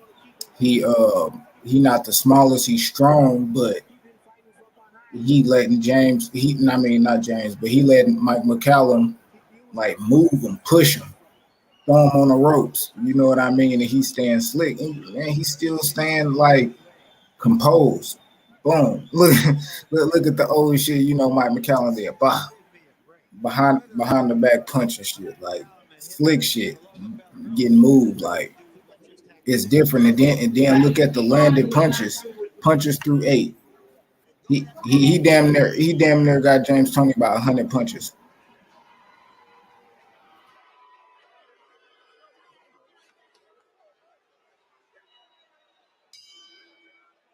so the little lift for James Toney as referee Joe Cortez deducted a point from McCallum in the 8th round in what promises to be a close, tight scored bout and a little bit of a nightmare, as we pointed out so frequently for the judges, because of the contrast in style and effort on the part of the two fighters.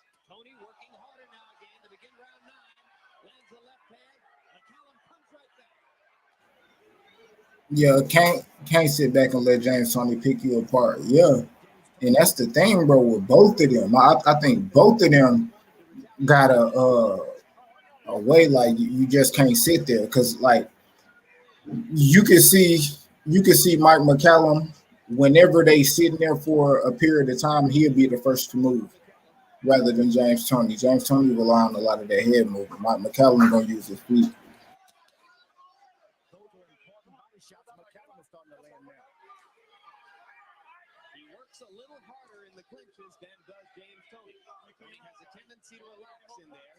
McCallum takes advantage by pounding to the ribcage. It all adds up over the 12-round distance.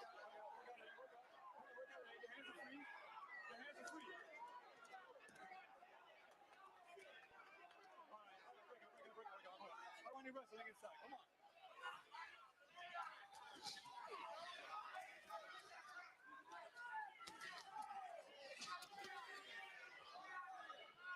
I think Toney is making a mistake.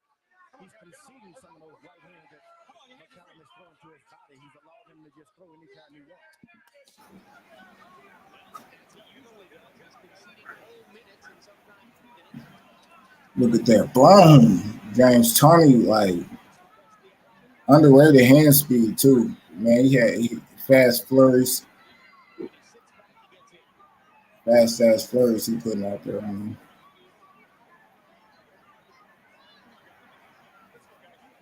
Toney is drained.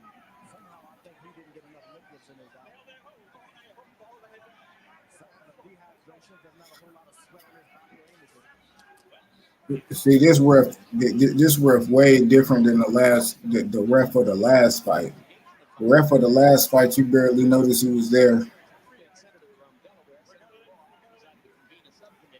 Made him fight out of everything.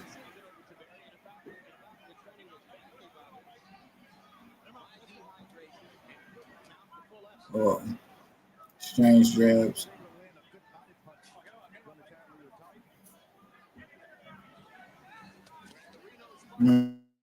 Okay. HBO's World Championship Boxing bringing you the IBF Middleweight Championship fight between James Toney in the gold trunks, McCallum the light heavyweight in the red. 9 rounds complete.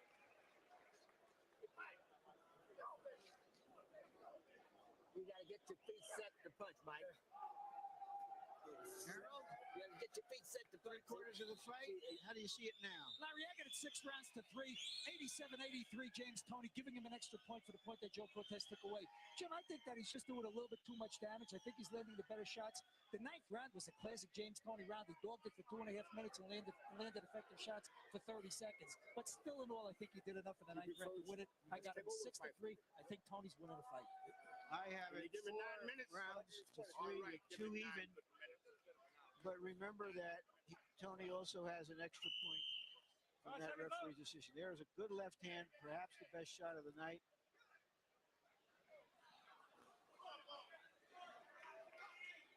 Well, the 2 men have now fought 21 rounds of boxing against each other.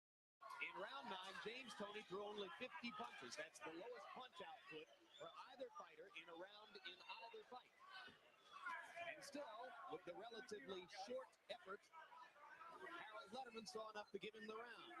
So you see why James Toney creates questions for fans, scorers, and opponents. I can tell you this, McCallum, cornerman, is taking a long time to get into that ring. And by the time he actually gets set, it's almost time for the rest time to be over. I think they should have made some concessions so he wouldn't have to climb up so high. Maybe turn the stool a little in his direction where he can stay on the outside. You're talking about Eddie Futch. And he's a great trainer, but it's taking a little too much time. And I think the athletic commission should have allowed for that. In a sport of tiny margins, there's a potential small edge for Toney.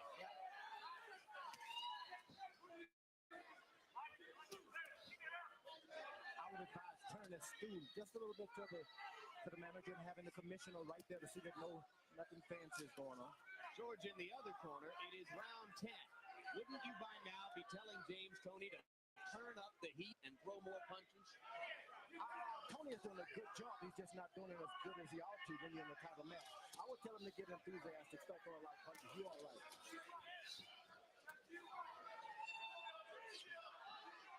You don't want to give a title away. Remember that in the last fight, Toney went into the first round after he the round. Yeah, man. Them boys I was talking for a little minute. A little minute on mute. But shit, man. Damn, you ain't never seen these fights? Yeah, man. See that's what I like, man. Revisiting fights we ain't seen, cause next week, I guess next Monday, we gonna watch them Muhammad Qawi fights. I mean, not Muhammad Qawi, but Saad Muhammad. We're gonna watch some of his fights. I never seen the fight that they said we gonna watch. So that's gonna be cool. We checking that one out. See that one, man. Let me see. He sure he a little tired. What's going on? His mouthpiece. I think he got his mouthpiece knocked out, and his mouth knocked out in the same round last fight too.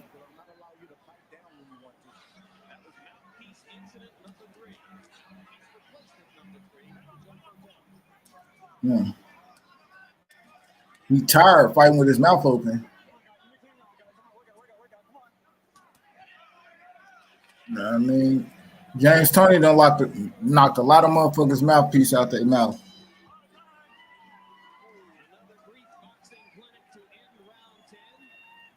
And as McCallum goes to his corner, here's a look at Eddie Futz trying to make his way in, and there, Papa Smurf, as Riddick Bowe calls him, finally arrives and moves in to talk to Mike. Yeah, it's very close, Mike. You've got to get... Yeah, man.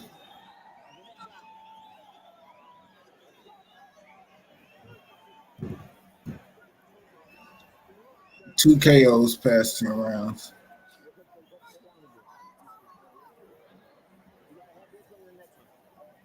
They saying he need a knockout to win.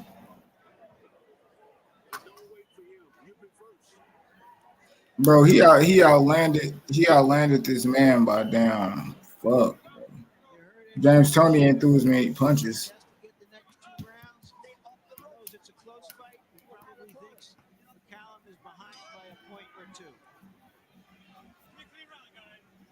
You saw the punch stat numbers, which weigh heavily in favor of Mike McCallum.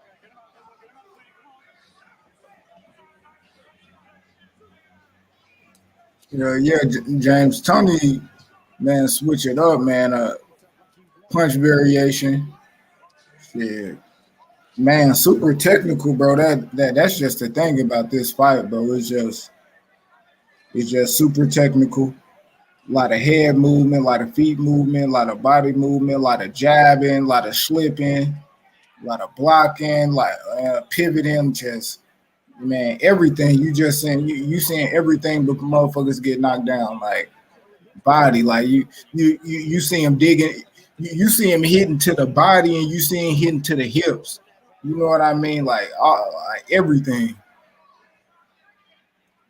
Straight punches, looping punches, inside fighting, outside fighting, boxing on the back foot, boxing coming forward. Like you just see everything in two fights from the same people.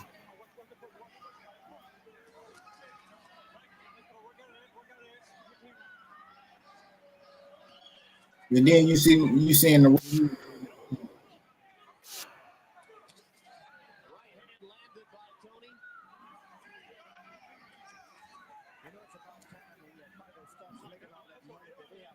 People who can determine how much, if you're close to dehydration, know how to measure you. The old days of just boxing trainers are gone. look at that doubling up the left hook, doubling up the jab. What do? You get out there to the colleges, and some of these guys, they got a lot of degrees. We can use them in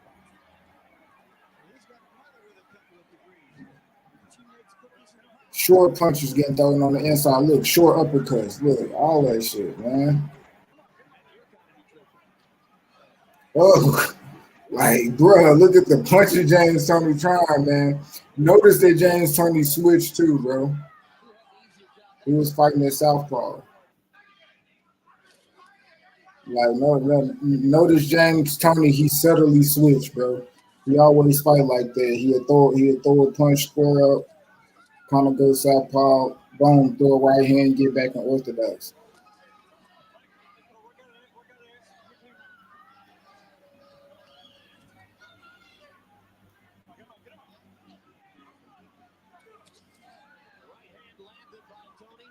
Yes.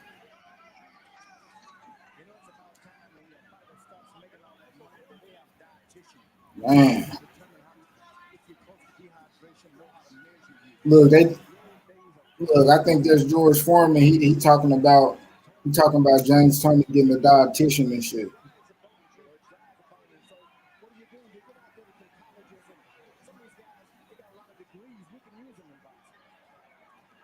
Oh, leaping left hook. Boom.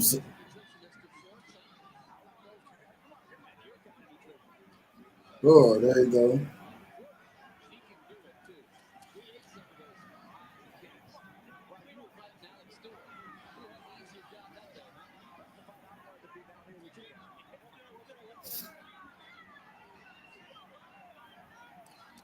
Oh my God! Look, man.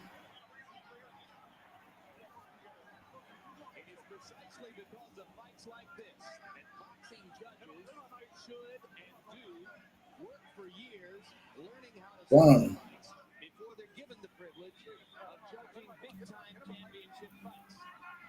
You must have some understanding of the Good. nuances of the details of the sport to be able to form an opinion as to who is winning this fight.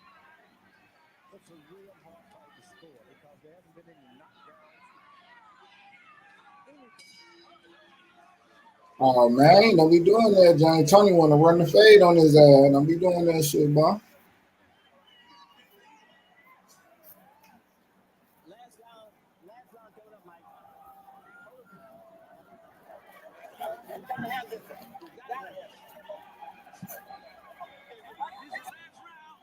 Oh, my bad, Marky Dan. I didn't see you. I got you. Damn, I missed most of the fight. We in the 12th round. Yeah, man. They getting it in too. All right, well, I'm gonna see this last 3 minutes. Last round, they know it's close. Mike McCallum gotta get it in, bro. But you know, I'm gonna be honest, bro. So, but Mike McCallum outlanded James Toney 210 to 306. Outlanded him like a motherfucker, bro. And that's why I was saying, like, bro, the first fight looked way more clear for James Toney in the second fight, but I guess. All right, round 12. It did. It did. James Toney didn't hurt him half as much in the second fight. He just Round 12. He just what? Yeah. I think He only just in this fight, James Toney started off quicker than he did in the last one. That might be the only difference. And Mike McCallum didn't gas out like he did in the first one. So they both came in shape.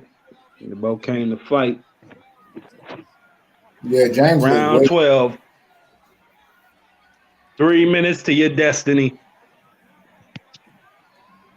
3 minutes. Both of them tired. James Toney trying to catch and peel something, man. That's probably one of my favorite things, man. I like that catch and shoot. I love Yeah, that. that shit always look clean. Yeah, I like that inside, man. I love inside defense. Love that shit. Smoke, what's good with you, Smoke? How you doing, bro? Yeah, Tony want that KO. He putting that string behind that shit. But he noticed that he noticed that Mike McCallum not gassed out like he was in that first fight too. And Yeah, they ain't steady. in that first fight, you could see it. Like you seen that shit all over Mike. He wasn't ready for that type of fight. And he got pounced on and he got hurt, man. Oh my god. But this fight, Yeah, you I could can't tell. I can't really say Mike McCallum was in any too much danger as far as like him getting hit super clean, like those big shots. He slipped all of them and he made a miss. And,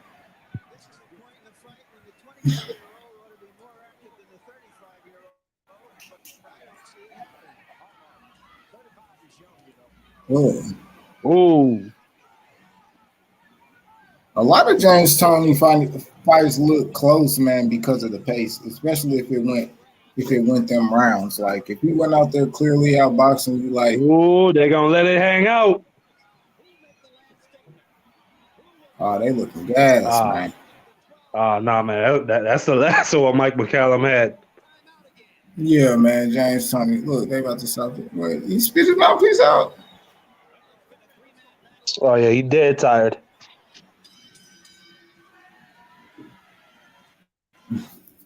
Yeah, he did way better in this fight than he did in the second.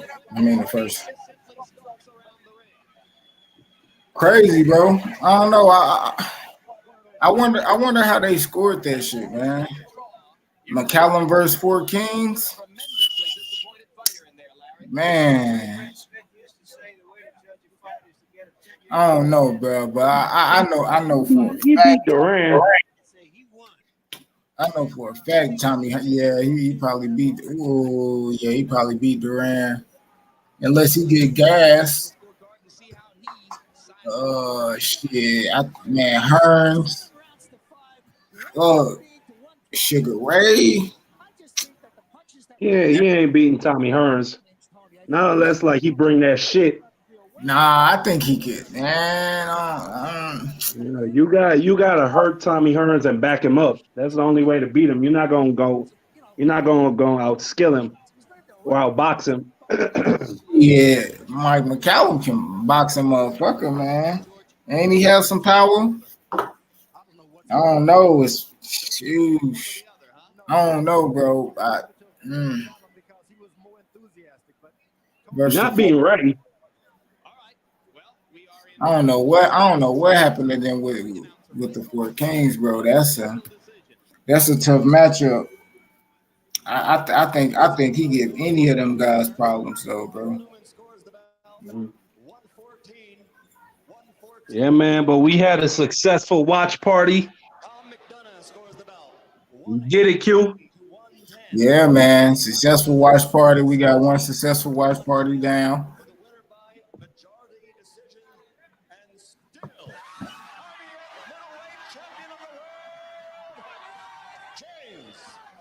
James Toney by unanimous decision. He Damn, said, he got a white bitch on his arm. That's his manager. You sure? Yeah, you know that was his manager, man. Man, a blonde white bitch on your arm? Hell no. Oh my, her family came from that from that little promotional background and shit, man. Smoke in the comments, man. You know smoke knows something about it. James Toney manager, that female. Ooh, that's Kathy Duval when she was young. You said Kathy Duval.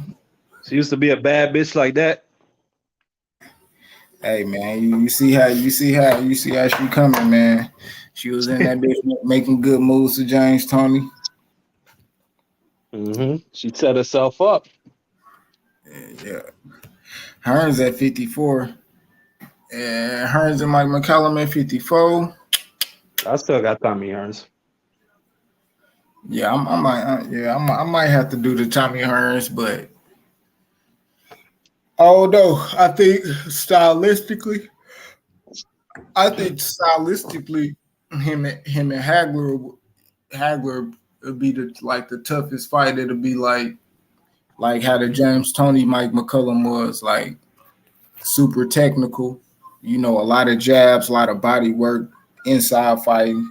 You know, they're gonna get tough. And with them two is that both of them rough, both of them rugged. That you smoke? Yeah. What's up, man? Let's do it with it. Chilling. So yeah, that's Jackie McCallum. She got her start in the Crunk Gym when it first got started. She worked in the press. She worked in the office of another promoter. But there's a movie where Omar Epps plays a fighter. He's supposed to be like based on James Toney, I believe. But anyway, Meg Ryan plays her in the movie. Mm-hmm. Right, but her name, she was like the first female promoter of a champion, or manager. I don't know if she actually promoted him, but she was his manager. But yeah, she was Jewish, and that's why he wore the Star of David on his trunks. Oh, I thought that was because he was GD. No. Shit, he was from Michigan. Shit, I don't know why the fuck he wore that. Like, yeah, it was in homage to because she believed him and all this other shit, and took it to the top. They had like kind of a tumultuous relationship, but it wasn't like a sexual one or anything like that. Yeah, because I forget what fight it was, but when her and James Toney relationship kind of got rocky and James Toney kind of stopped fucking with her. Yeah, he was saying it like their contract was up, and there was it was in between. It was after this fight actually, but he re-signed with her. They didn't like whatever. And then he was still with her when when he lost to Hopkins, to B Hop. I mean, no, to Roy Jones. Yeah, Roy Jones, yeah. Which was like 2 years after that fight. They fought in '94. Yeah. Mm-hmm. So. Yeah, man. That was a good ass fight. Mike McCallum, Julian Jackson is a good fight. That's kind of an interesting fight to watch. The Mike McCallum, Steve Collins, but that's for like boxing head stuff. I don't know if that's worth a watch party. That's like more like just check it out on your own time kind of thing. I think but yeah, for boxing who aficionados who want to know what's up, because if you know Steve Collins, the Chris Eubank Jr., Nigel Benn, that brings up Steve Collins, like that brings some fame to his name. But y'all talking even about like recently, that super middleweights or middleweights? Super middleweights. But no, they were junior middleweights at that point. Like yeah, Steve 54? Collins.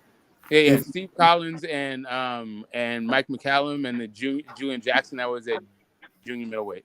But the Chris Julian Eubank Jackson, the Hawk from St. Thomas, United States Virgin Islands, nigga. Is that the Julian Jackson you're talking about? Yeah. You watch Mike McCallum, the other guy from the Caribbean, right? Watch those two guys go at it. But anyway, that's a different subject. And also a different weight class. But the Nigel Benn stuff and the Steve Collins stuff, like Steve Collins beat both Nigel Benn and Chris Eubank Sr.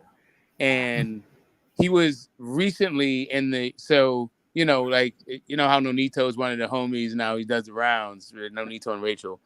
But Nonito, in his first managerial role, was in the ring that I know of. He was in the ring with Jesse Vargas. And Jesse Vargas was facing Liam. What's fucking name? Liam Smith, Callum Smith brother. Yeah, exactly. He was in there with Liam Smith, right? He's in there with Liam Smith, and Steve Collins was across. It was in the corner for him. So like Nonito was coaching against Steve Collins. Steve Collins in that fight. Okay, I ain't know that. Just a little bit of, if we're on Mike McCallum Day, we talk about Mike McCallum and how it relates even to like what the hell we got going on today. 6 degrees of Mike McCallum. There you go. Yeah, man. Mike McCallum and the relationship he got with Devin Haney. Mm-hmm. Yeah, I mean, he's still in the game. He still has like a gym. and Julian Jackson too. Actually, Yeah, right, Hey, right. Smoke. So I suggested for the next fight watch party, I said Saad Muhammad versus Yaki Lopez. What suggestion you got? I mean, if you get right, so that's one of the. I mean, that's like straight off of like Ring Magazine Fight of the Year, which is you can just go through that list. But there's like, if you want to go through like, I don't know, like 50 or 100 fights that you have to watch, man. I mean, there's a lot of good fights that you'd put on there. And I don't know, like a watch I party. just want to see. I just want us to watch Saad Muhammad once. It could be one of the Marvin Harrison fights. It could be any one of his fights, to be honest. Yeah, you What know you that got dude. for a suggestion? Um, I mean the Yaki Lopez's. Those are he fought him twice. I want to say. I think Yeah, it's yeah, right. I don't know if he fought him 2 or 3 times. I know he fought him. Yeah, the Yaki Lopez one is that's a great pick. I mean you can't really like I'm saying that's like one of the best fights fucking ever. And if you want to go through yeah. the Ring Magazine fights of the year, you get some great one. Um, yeah, I mean Lamone, but if you want to go like old school, it just depends on how old you want to go. Um, yeah, you could go like Lamada Robinson 6. Shit, not even the third or the second. He said the sixth. You know what I mean? I ain't Like hear you. You cut out on my phone, Smoke. What you said about the six? now, yeah, like you heard me. He said Ray No, I ain't hear you. Robinson and Lamada 6. Oh yeah, that's a great fight. You know what I mean? Um, I mean, geez, just really great fights. I mean, yeah. Name five fights must watch, not stating the obvious. Oh, oh, Okay, so you all know a right, fight so I just saw. all right, so do you think that George Foreman and Ron Lyle is obvious? I mean, Ron Lyle ain't known like that, but I like, yeah, it fall under the radar because a lot of people don't know Ron Lyle. Yeah, that's But, what I'm saying. Like which one? Like what? It depends on your yeah, audience, right? Like, yeah. You got to mention that one because that one not like casually known. all right. Hey, I know a fight. It's a fight I just saw. I just found last week between a French fighter and a Thai fighter at 122. That might be the craziest fight I ever seen. Them niggas was throwing 200 punches around. Yeah, I'm not sure. I don't. I'm not Who sure is which it? one you're talking about. But you know what? I can't even Riddick pronounce Bowe these niggas' versus names, but it was a great fight. Riddick Bowe I'm a and Evander Holyfield. You gotta watch that one. Which one? I want to say in '96. shit. The second one? Is that the first one or I the like to second one? watch the first one. I think I that's just the like to first one. replay No, the 10th no. round. I want to say maybe '92.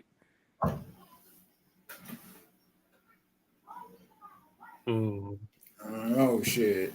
What I about like that second one though. My favorite, the second one. what about Bob Foster versus Chris Finnegan? That's an obscure fight and it was a good fight. Who? It's Bob Foster, the greatest light heavyweight ever, versus Chris Finnegan.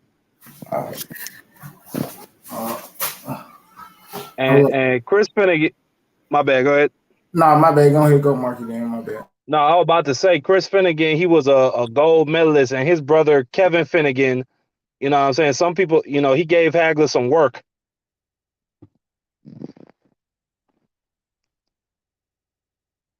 Some people say the fight. Y'all can hear me? Well, I gotta assume y'all can hear me. The fight Yeah, with yeah, I can hear you. All right. yeah, but yeah, that's a good fight. Chris Finnegan and Bob Foster. That's a good like obscure fight. Don't nobody know. Um, hmm,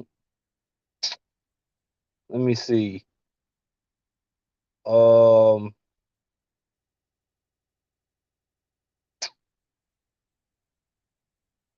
oh, Carlos Monzon and Rodrigo Valdez. That's another obscure fight. Okay. I have to. Ooh. He The said, second fight. So if you're gonna go like the little ones, Prince Nassim Ahmed and Kevin Kelly. Hey, Q Smoke. I just posted the link to that fight. I don't I know if was you know. talking about. You can go ahead and just watch it quick. And you said Prince Nassim and Kevin Kelly. Yeah, that was a Yeah. great fight. okay, I got It it. just depends on what you think a great fight is. Like if it's a seesaw battle with a bunch of drops and all that shit, a lot of drama. That not Nassim Ahmed and Kevin Kelly. That's a good one. Yeah. And Ernie Shavers and Ron Lyle. whew, Yeah, them motherfuckers. Yeah, man. Ernie Shavers got his lunch pack, man. that shit, that shit hey, was them referees back then, them niggas, they were like they did not give a fuck. They will watch you get killed. All Like right, man. Ron Lyle was. so Ron Lyle learned to box in prison. This dude was in the hole. They were there giving him a bowl of spinach every 3 days, and he had a vision while he was in the hole that he was going to fight Muhammad Ali for the title, and he started just doing push-ups every day while he was in the hole. Then he got out, and they gave him more food, so he started doing 1,000 push-ups an hour. He got out of prison at 28 and started fighting the amateurs, and yeah, he gave Ron Lyle gave Ali one of the toughest battles in his life. He felt like he won, but he wasn't even tripping off of the outcome because his vision came true. And if it wasn't for Muhammad Ali, that nobody would even know who the hell Ron Lyle is. Hey, but Smoke, another fight. Another fight is George Foreman versus Jimmy Young, and Jimmy Young Right. actually he beat the shit out of Ron Lyle. Well, Jimmy Young had some good fights. So Jimmy Young was a boxer. He didn't have the best power, but he had it. But he had that technique. But his battles with Ernie Shaver, right? So he fought Ernie Shaver.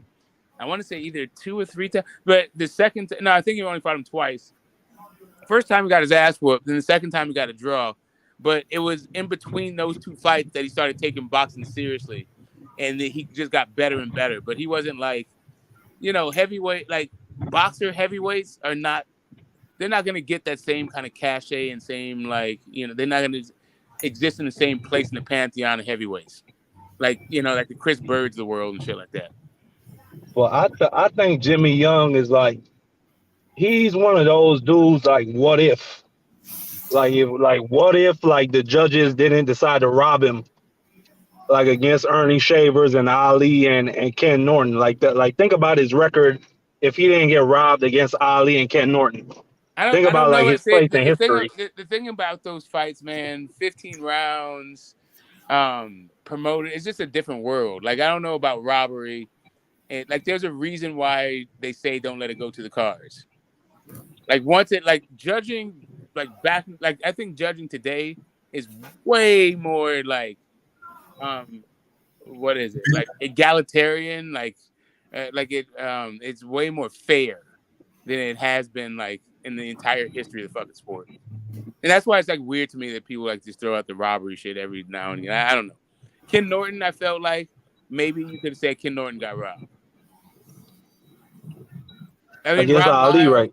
Ron Lyle was just like, Ali just gave me a shot.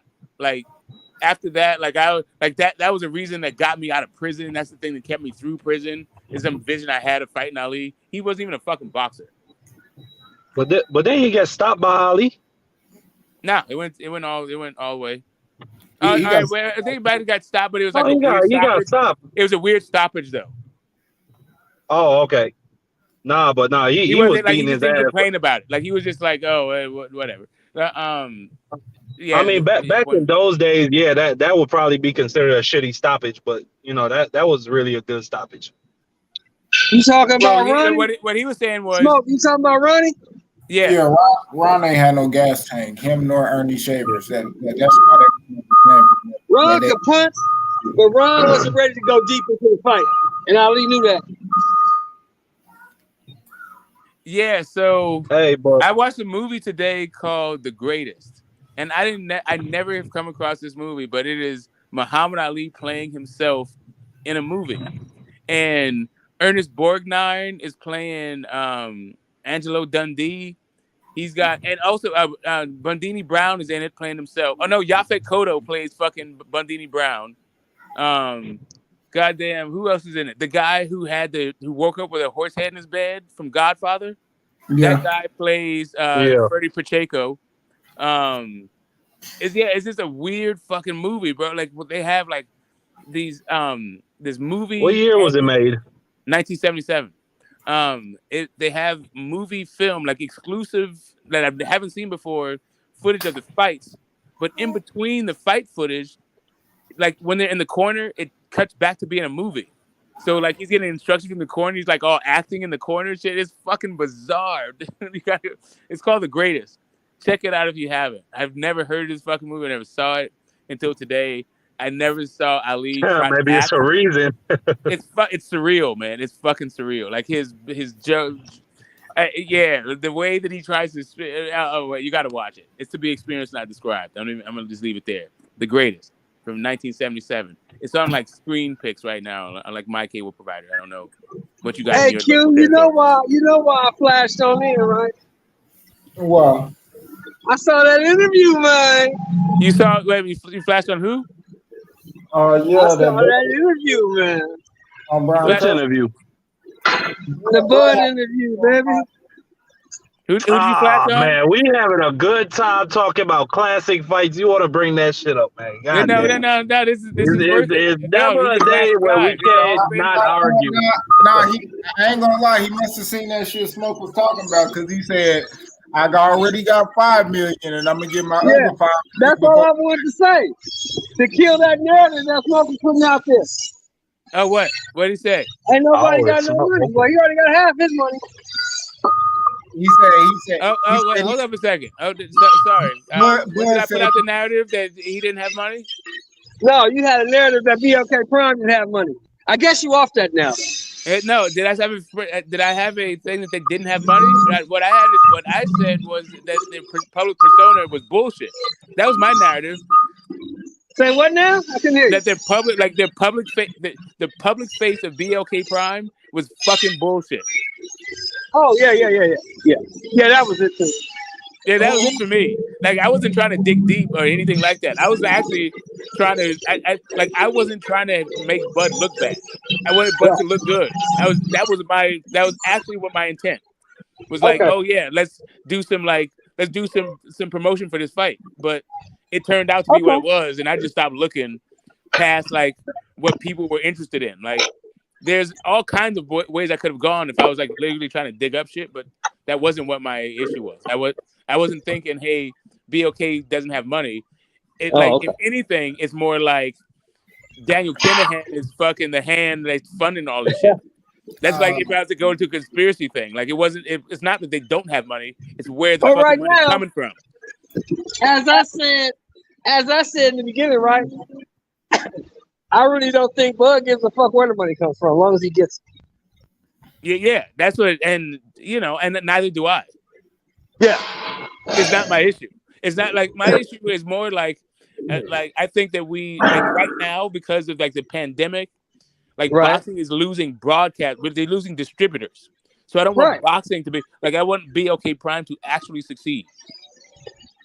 But in order for it to succeed, you can't in order for it to succeed, you can't really sell it. You got to show it for how it is and hope for it, try to do your best to make it better.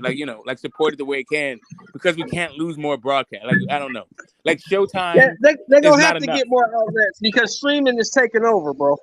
Yeah, I mean, whatever it is, I don't mind that it's a streaming thing. I don't care what the medium is, just as long as there's enough of them.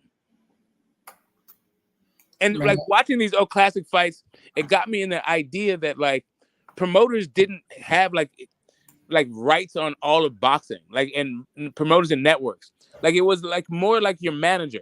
So you might work with every promoter in boxing because your manager had networks to all of that, had ties to him, and the best fighters had multiple managers. Like but now it's not like that. So it's kind of, I don't know. Right. But now they're gonna be forced. These guys are gonna be forced to work together if they want to put on the biggest fight. But that's the question: do they want to do that? I mean, Do now they want to put on the biggest fights? I mean, kind of looking at the Regis shit. When we win, there's two fighters. You got one fighter that's on pro bellum, another fighter that's signed to Bob and Top Rank, right? And they fight on Fight TV. It's just like that's what it is, bro. And then when you see the undercard, you got guys that's supposed to be big up and comers on that undercard. You talking about it was a unified women's champion on there. You had Javelov, you had Charles Conwell, you know what I mean? You had Ray Bart, you had Vargas first one, so when you even look at it, like that was the caliber of people that was on a streaming app for $60, bro. You only can imagine that. But think about it. That fight was only like $39.95, right? Yeah, that fight was $39. Which fight? The fight I just went to Saturday, the Regis fight. Regis had to pay them. No, that shit was almost, I think it was about $60 that I had to pay. $59.95? Okay, that's cool. $60. That's cool. That's not bad. But guess who was the promoter of that fight? Guess who put that fight together? What is this crazy bitch doing? That's Pro Bellum. That's Richard Schaefer. Richard Schaefer. And Richard Schaefer knows everybody. But that's not who won the purse bid, though. No. Pro Bellum won the purse bid, right? Nah. Who won, Bob Arrow? Nah, that was like maybe promotions or some shit like that. Like I never heard of them people that won that purse bid. Oh, you're talking about the it was like some elite entertainment. Like what was that fuck called? Had some kind of knuckle kind of thing. Hold on, let me see. I'll look it up right now. Yeah, because I was gonna say I saw that. So my whole point it was was this: something entertainment. It couldn't have been about money because I was there. Now the atmosphere was lit. Don't get me wrong, but I would be generous if I said it was 3,000 people. Yeah, Mav Nation Promotions. Yeah, Marv Nation. It's Marv Nation. Marv Nation. Yeah. Marv Nation. Yeah, but it wasn't even 3,000 people there, bro. But it was something else too. It was like Marv Nation was one of them. But it was somebody else. At Marv Nation, like there was something like elite. It's some kind of entertainment place. Some kind of entertainment. But that was like them, and then they had to, since they couldn't find the network to put it on, they settled for Fight TV. Because they couldn't find a major promotion to pick it up to put it on regular cable, so they put it on that streaming app. Which that's not the first time that I bought a fight. Pro Bellum does that a lot. They've done that before. Yeah, Regis' last fight was on Fight TV. Yeah, Albert Bell last fight was on Fight TV. So I mean, BLK, bro. That's gonna be good too for the sport. Like those same fighters who fight on Fight TV can fight on BLK, and that's why I say, like, if you one of them fighters like Charles Conwell or like Albert Bell, who is literally ranked in the top 10, top 5, and you don't have a promoter, but you got somebody who's willing to pay you to put on a fight or get in a fight, bro. That's like, yeah, that's what BLK Prime, Fight TV, or Pro Bellum, man. If they can do that, do that. Well, here's the thing, man. Like this is capitalist America. Like, in order for a business to be sustainable, you have to keep your labor costs low. You can't have your labor and your administration be over, like, really just put it labor. I'm not even going to go into the administration part. Your labor got to be like 20%. Yeah, if your labor is over 20% of your book, that's just not sustainable. I was going to say, yeah, because of all of the other costs of doing business, right? Yeah. Nothing over 30%, bro. Facts. Yeah, and it's just kind of like the way that Bud is doing his shit. He's like 80 or 100. He's like over 100% of the book. Like, that's not sustainable.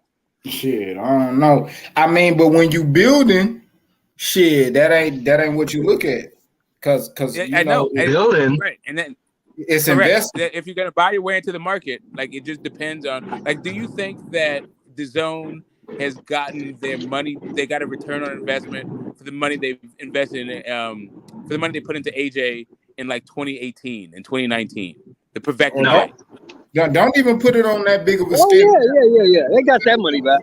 Now a lot of other money they fucked off. They haven't made. With the money they put in AJ, the 120 million, and they all that. The They got that. They got that back. They got niggas that been hemorrhaging money. Nah, I wouldn't say Devin. I mean AJ. I say Devin, like on a smaller scale. You know, I mean AJ. Yeah, I think they made money. They probably made money off of Devin. They may have lost a little bit of money on Devin, but I think they make money off of guys like El Rayo and fucking Chocolatito and shit like that. That's like where they make their money. But there was other they guys, might have made more Canelo, money they on cost, Chocolatito like because Canelo that's a big cost ass money, fight. AJ cost They talking money. about that fight all over the place. I mean, but Chocolatito, one of the highest paid guys. Chocolatito. Yeah, Chocolatito, he one of the highest paid guys in that weight class. Yeah, but it's that weight class. But look at the highest paid guy in the zone. Guys like Triple G. You know, Triple G is totally not worth that money, right? No, he's not. They're losing a ton of money off guys like Triple G. They're losing money off. Okay, wait a minute though. They're losing money off the Let me ask AJ. you a question. But then they make That's money. how HBO died investing in Triple G. Did anybody get the numbers back on that Triple G Canelo fight?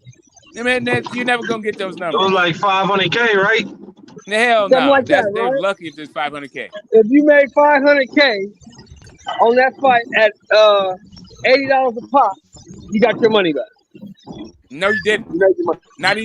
Not off either one of those guys. Not even half. Off one of them. Why not? How much they get back? Talking like 30. Okay, what is it? You're saying 500,000 and 8. That's like what? 30. That's $40 million. That's 20 apiece. That's $40 million. Those contracts. One was $160 million.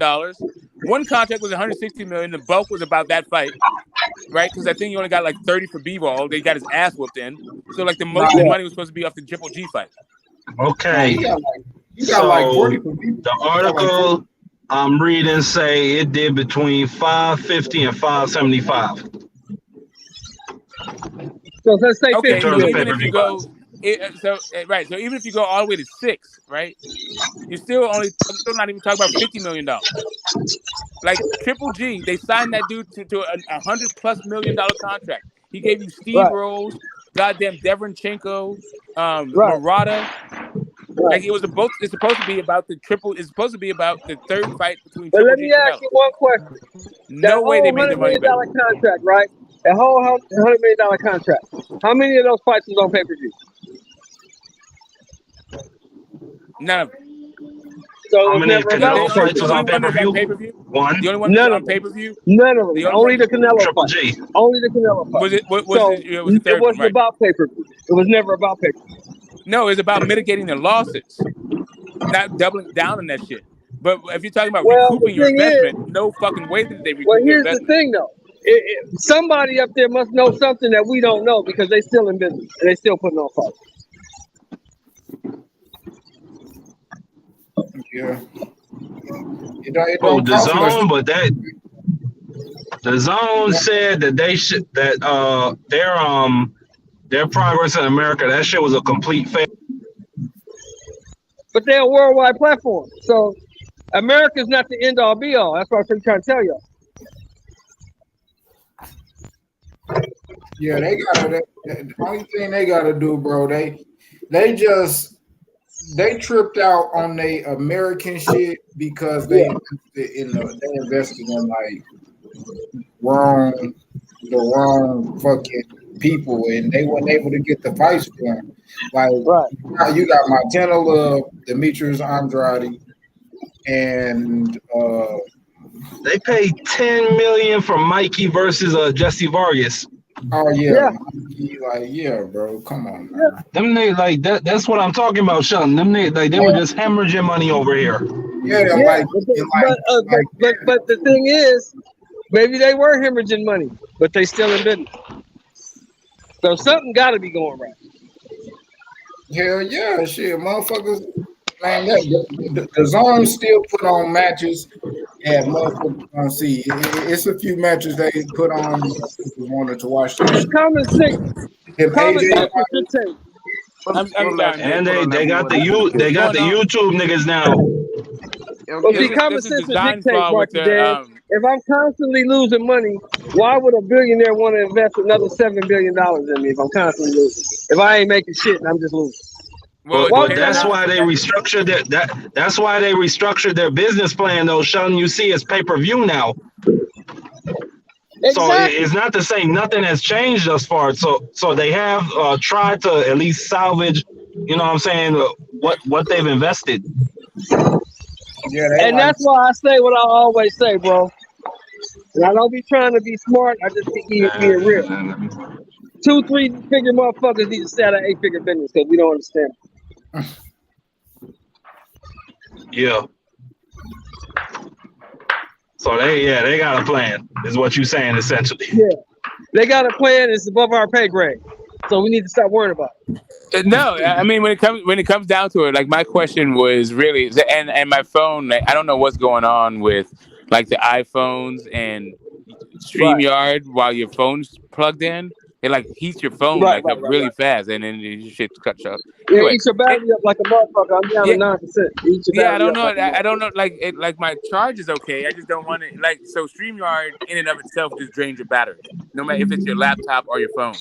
But something about the Yeah. iPhone, if you have your phone plugged in, it heats your phone up while you're on StreamYard. Like it doesn't happen on anything else. But anyway, I missed what you were saying about the return on investment when it comes to the AJs, Canelos, Triple Gs. I said they got to be getting something out the deal. And number one, number two, those are worldwide platforms. So America is not the end all be all. And number three, I mean, if they what? constantly Oh, my bad. if they constantly hemorrhaging money, why would these billionaires continue to invest in them? So they're doing something that we don't know about. They're doing something right, and we need to stay out of their business because we really don't understand what's going on over there because we're not in that office. Oh no, they billionaires are not continuing to reinvest in them. Like somebody, like he tried to sell a piece of it for a lot, like I don't know, he tried to sell a very large percentage for like not that much, and he didn't get any buyers. And I think what Marky Dan is alluding to, or what he said was the case, they had to completely restructure their business model because of the new reality. Like, and that's why I'm not trying to like badmouth BLK Prime. Like, I don't want.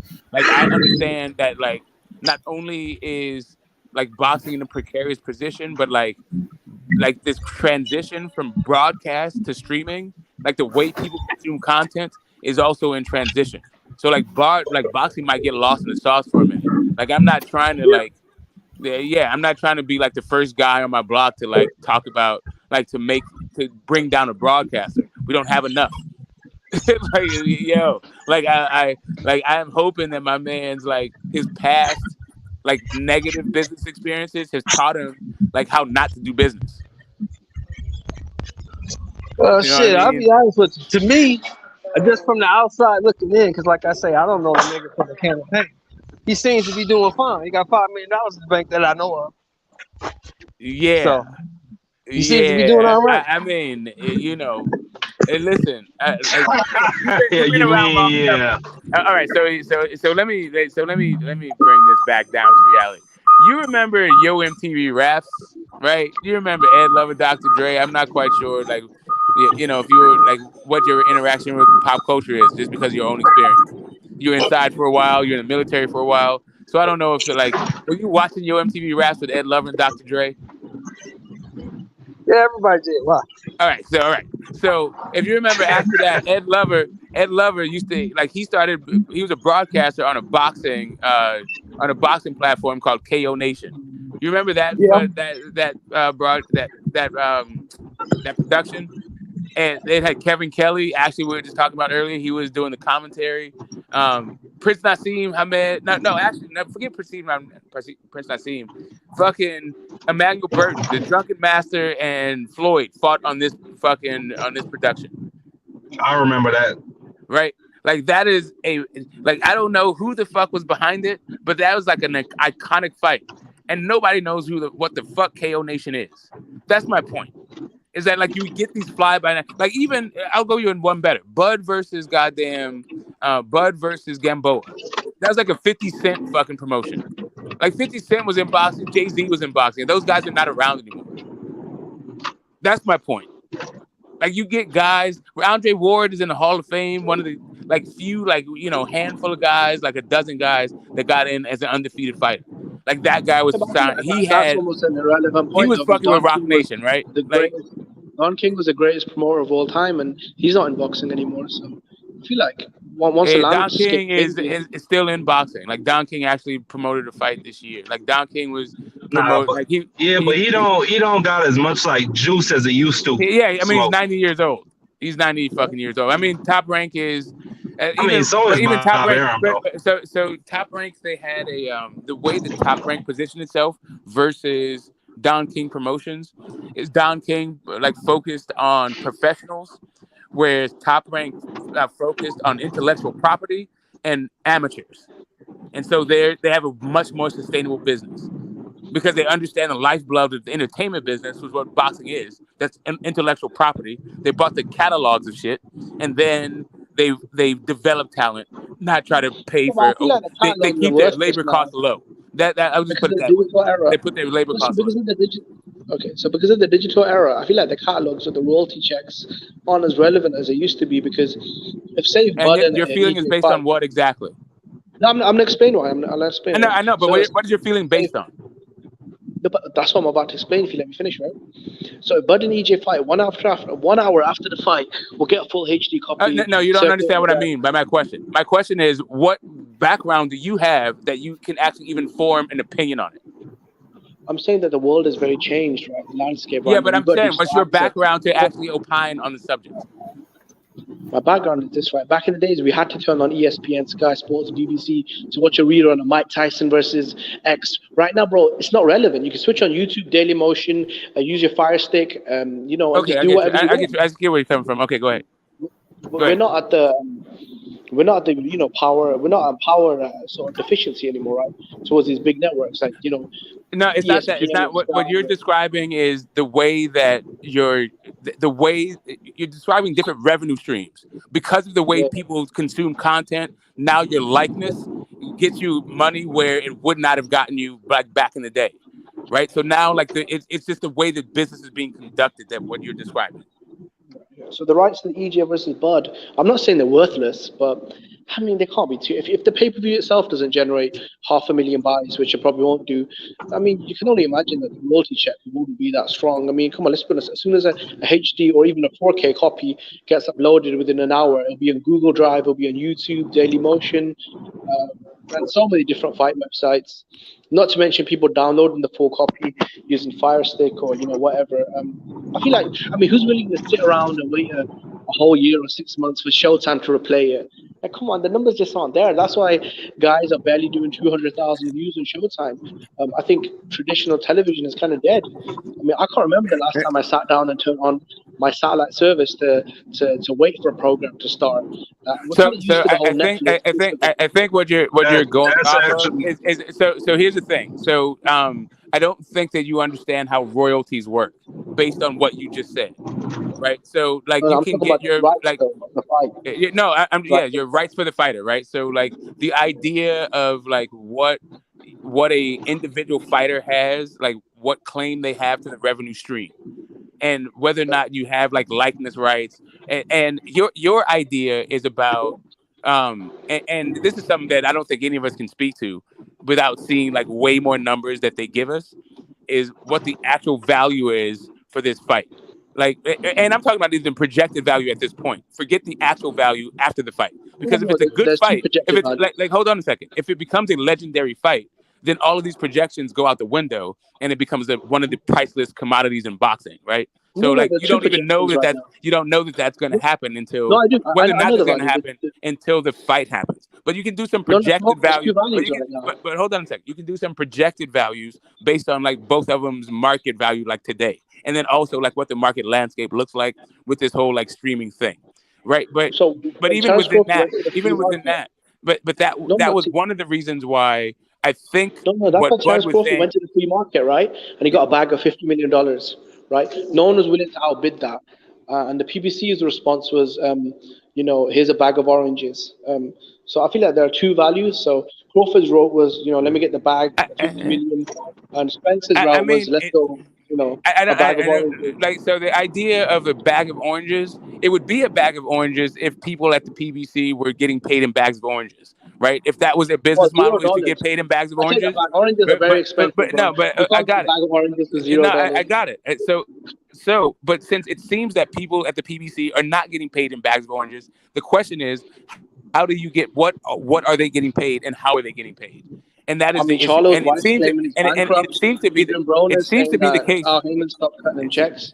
Bro, I'm giving you examples. Charlo's I'll wife has give you an claimed they're example. Well, bankrupt. I'll give you an example from Bud's own mouth. Once Bud asked I to see the mean, book, that's different though. when Bud asked to see the books, Bud seemed to be okay with going forward, even though it was foregoing a 25 million guarantee. He said he didn't like the deal, that he would have rather got the 25 million guarantee, but he was Yeah, but you want to fight willing to at Errol go on Spence. with what he thought Yeah, but Errol was Spence didn't another want thing because Errol Spence didn't want the fight. because he thought that knocking out Errol Spence would bridge that gap between what he thought he would be getting But Bud versus chose legacy. his guarantee, right? So that was his.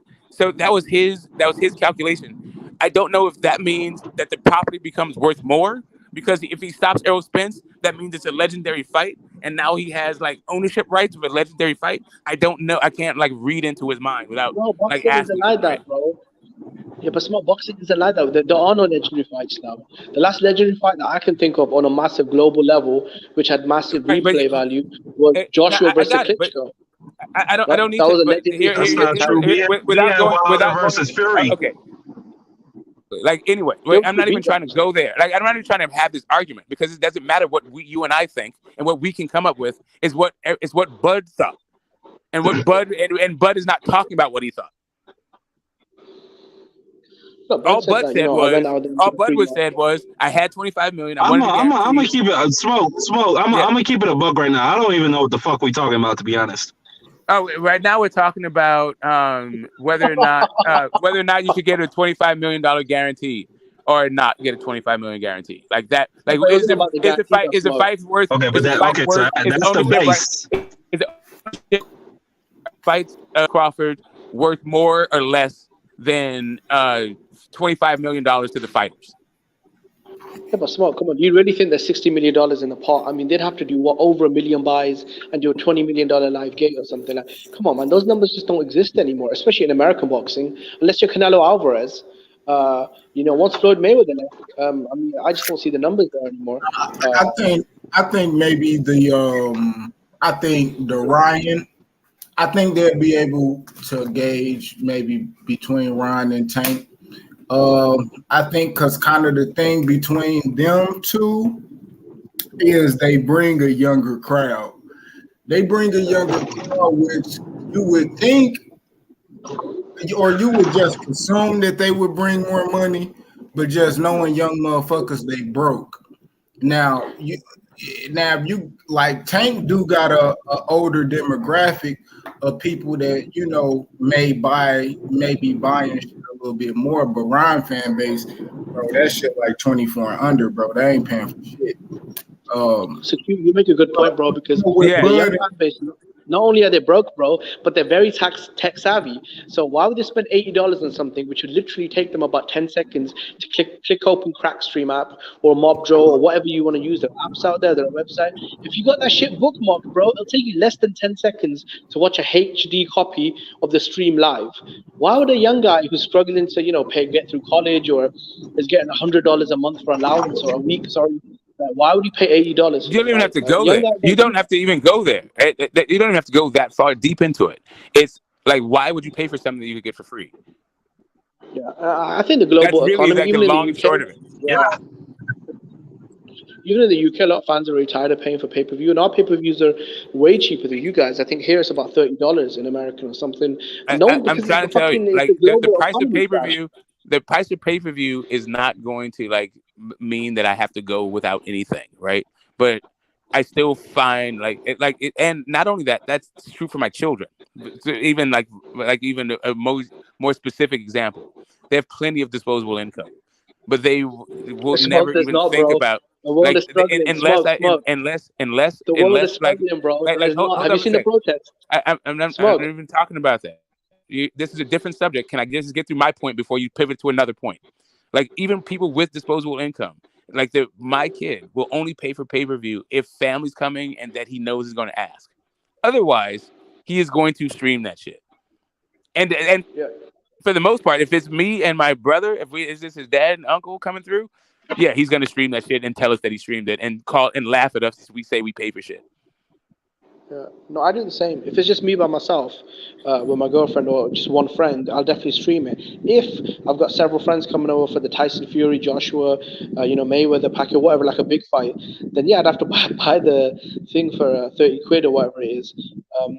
Just because if I'm by myself, well, I don't want to. What's the point? I'm just I can watch it through, my Fire Stick or whatever. But I feel like economically, the world is going through a massive economy crash because of various things going on in the world. You combine that with all-time high piracy, Fire Sticks, etc. I think the pay-per-view market has been damaged forever. I think WWE, UFC, entities that are way bigger than boxing, as far as consistency, star power, and delivering quality products, they're suffering as well. So I feel like Crawford Spence maybe a year ago, or Yeah, 5 years I mean, ago, some or of that 10 stuff, years ago. sort of market drivers, but some of it isn't. Most of it is just like people are switching to streaming, right? Like it's not like people could get the UFC and decide that they just love the UFC so much and the product is so good that they're willing to pay for it, given these like global market, the global market reality. Like that's just not fucking happening. Like people, if you can get shit for free, then you'll get that shit for free. And I mean, there are less purchase. There are less consumer. Like consumers do have less disposable income, so that does like kind of impact the whole thing. But really, the issue is like technology has caught up with the model, with the business model. I think nowadays, bro, it's really the price point. People. I don't think people fucked up about paying for a fight, but what you got people fucked up about paying is $80 for a fight.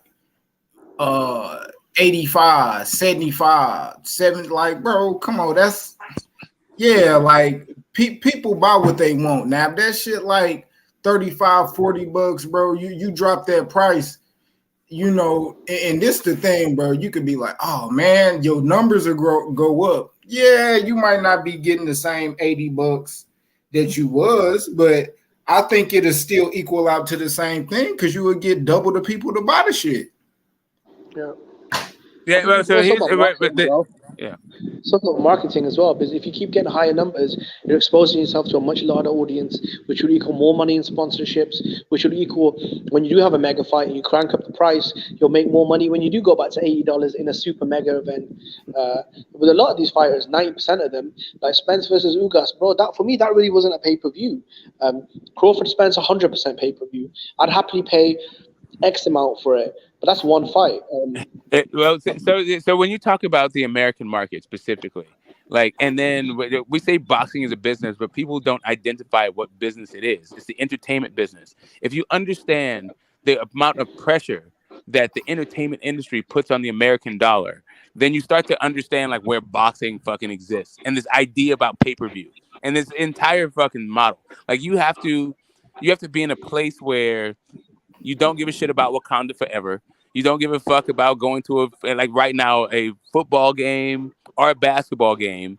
Like boxing has to be your thing. Like not even that. Like you got movies. You got songs. You got industry. You got like live performances. Like going to like theaters and shit. That's like where that is the thing that boxing is competing with. Like in America, I don't know about what the hell's going on anywhere else. I mean, I know something about what's going on everywhere, but I'm not as familiar with the other markets as I am with the American market. The UK so when you like also talk has about, movie theaters. I just want to just talk about one thing.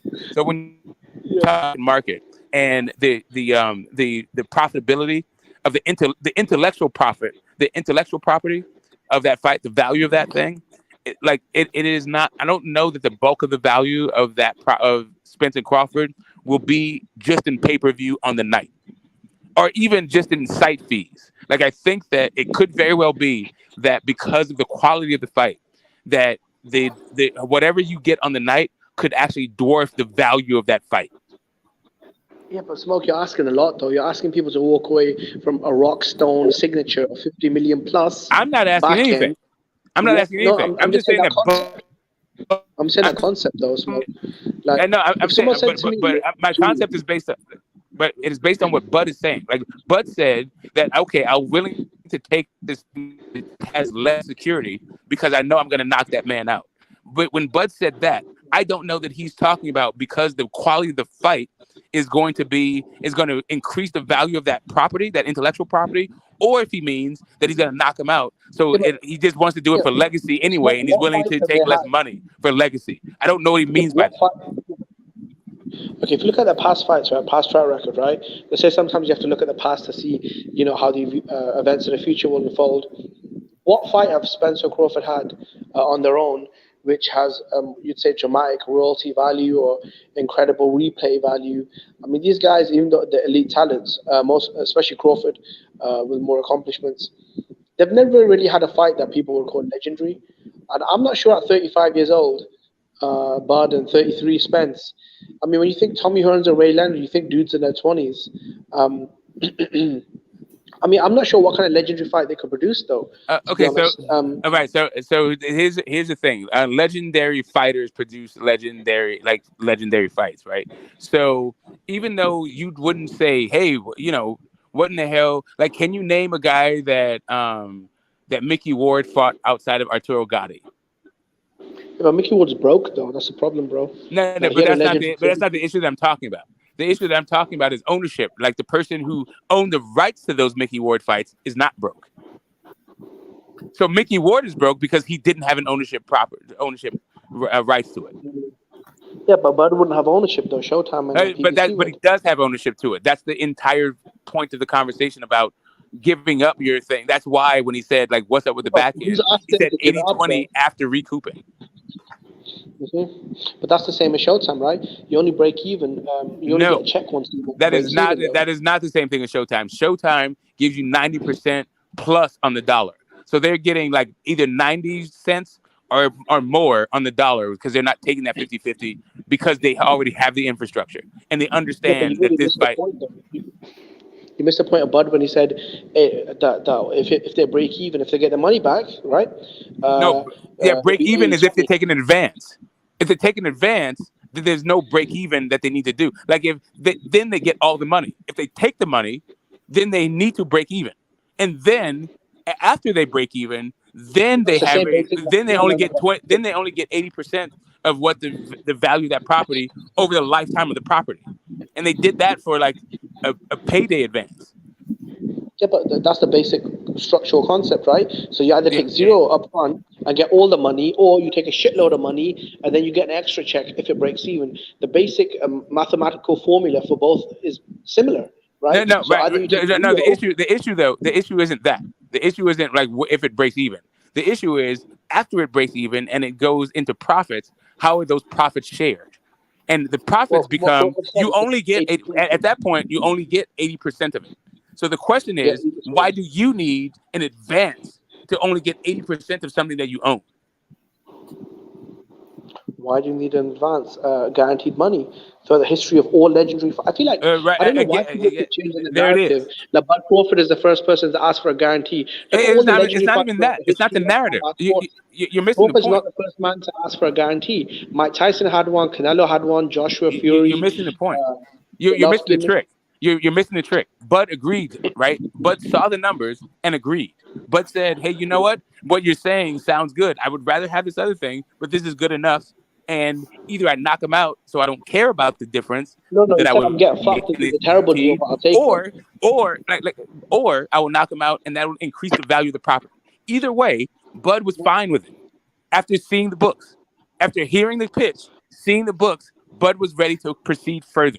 That's not why the fight fell No, apart. Bud was, just because you're okay with it, Bud said, even though I'm getting fucked, okay, fine, we'll continue. Correct, because he thought he was going to knock him out. Man, Bud didn't say none of that shit, man. Bud seen that shit. He agreed to the 35. Yeah. But they was talking that November shit, and Correct. the November shit ain't happened, and that's just is what it is. But for the simple fact that fell out, the same deal won't be placed back on the table, and it's not like Al Heyman. Like, I understand what you're saying, Smoke, but Al Heyman don't. Bottom line, don't give a fuck. He not negotiating in the favor of trying to help Bud out in no type of way. Like, he don't give a. He don't like. The only reason he don't want him to take that is because it fuck up his money. Now he gonna because Earl gonna get Earl gonna have a different type of deal, which is ultimately fucking up his percentage that he's gonna get from Earl. He don't give a fuck what Terrence Crawford get at the end of the day. But do you know the difference between Eddie Hearn? So I feel like there's a different thing that's happening. I am just talking about what Bud said. I'm not actually trying to get into like the different motivations of guys and trying to get into like their minds or anything like that. Like Bud never said he was taking 35%. Never. He just said the only thing we know is that Errol said he was getting more of a percentage and Bud didn't refute it, and that Bud said he was getting a bullshit deal. That's all we know. We don't know what the number actually is, right? All that other shit is something that some other people said. I'm only talking about the fact that Bud said that he got a bullshit deal, but he was cool with it, and all we wanted was some like veto power for expenses because it was eating to his pockets, and that they agreed to it. But it just took too long to negotiate that shit. Don't you feel like Al Heyman's fucking over Spencer? Because when Eddie Hearn had a deal from the Saudis, right, over 100, I think 125 million for the site fee, which included all the media rights. Eddie Hearn bounced from the Zone and gave them the check, because no one else was willing to put up the money. The Zone, even though they've invested hundreds of millions into the sport, right, they were not willing to match the check that the Saudi king cut. He cut a check of like $150 million or whatever it was, or $100 million, whatever it was. You do know that that's a site fee. We're talking about ownership rights, not a site fee. Listen, and what did Eddie Hearn do? Right, Eddie Hearn said, "Fuck that. I don't give a I mean, if it's a site fee, if we're talking about a site fee, that'd be a different thing. Joshua, it's not to the Zone. When Al Heyman had a deal that I can make Spence $25 million, he started worrying about Steven Espinosa's emotions, bro. Okay, Al Heyman started worrying about Espinosa's emotions. All right, so the difference is a site fee is if you come and bring your event to here. No, it wasn't a site fee. No, you're lying. It wasn't a site fee. Like literally, it wasn't a site the Saudis were paying for this fight to be held there. That's a site fee. No, they had control of the media rights as well. That's why it was on Sky Sports. That's fine. Great. They don't own the fight. That's a site fee. How do you know BLK would own the fight, bro? When Crawford called up Heyman, and said, let's have a meeting.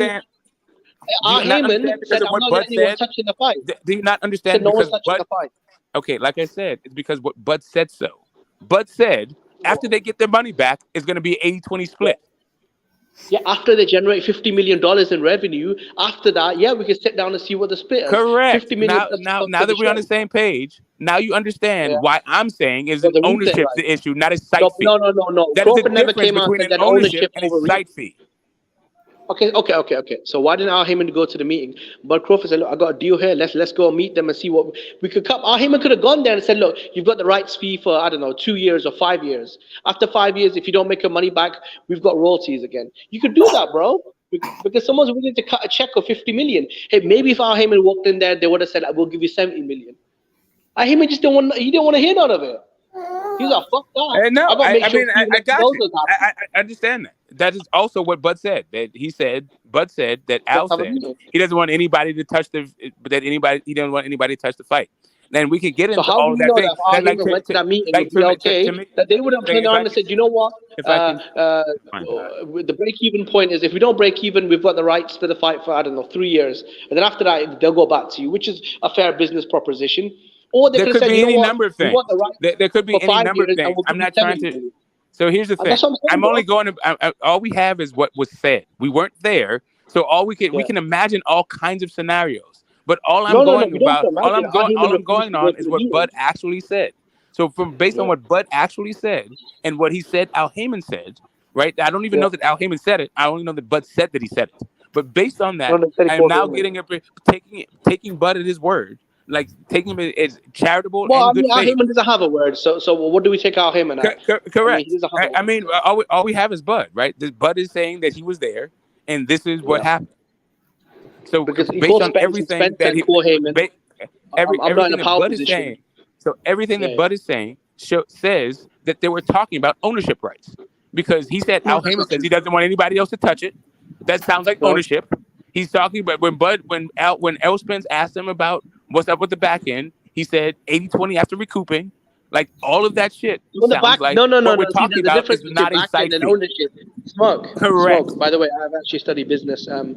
I There's a got you, difference bro. between ownership and Great for back studying. end. I actually live in business. No, I'm saying there's a I difference raised between my upside. It's family not in back business. end. It's got upside. It's got Literally in upside, brother. intellectual property, like patents, all this shit, like copyrights, patent. Like Yeah. I didn't just study it. I actually live it, But Errol applied it, Spence and didn't say fed that, bro. myself with Errol it. Spence did not say that. He said Right? the word back That's end. what I'm saying. This is That's like what he I'm gets. not new to this. This is not my first time. I even by the time I was 35, even time I was Bud's age, I was a pretty well experienced hand in it.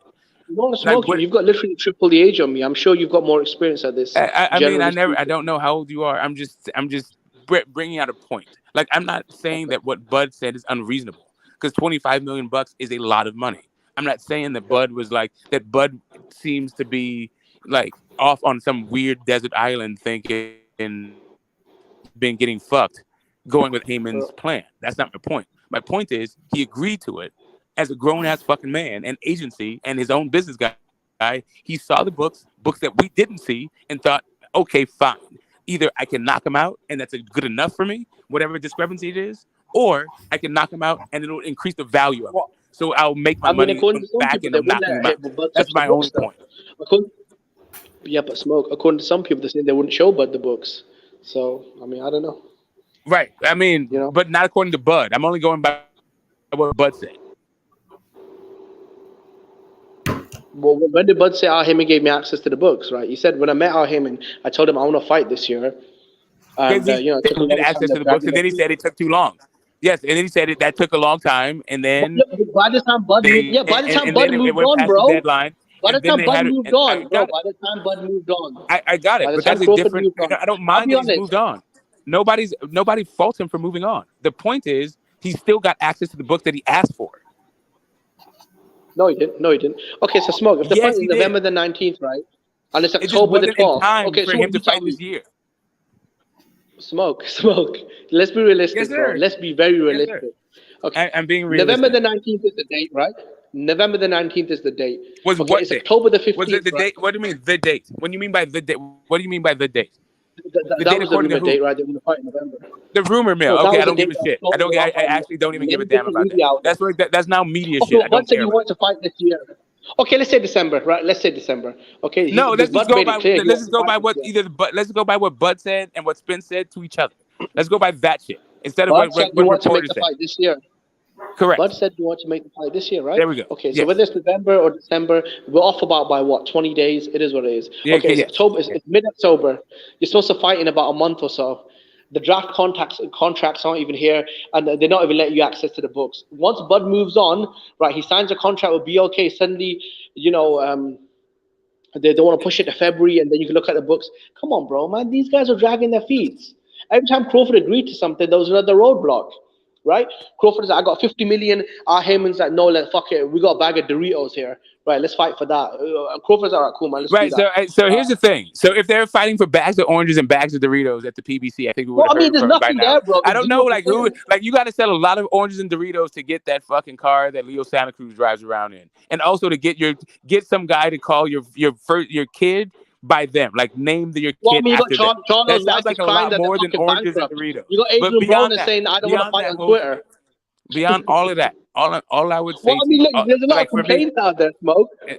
Smoke, there's for a me, lot of man, complaints out there. Come on. I am like this is a little bit more into the minutia that I give a damn about because now I have to take people at their word and on dates and calendars, and this is like way more interest than I have in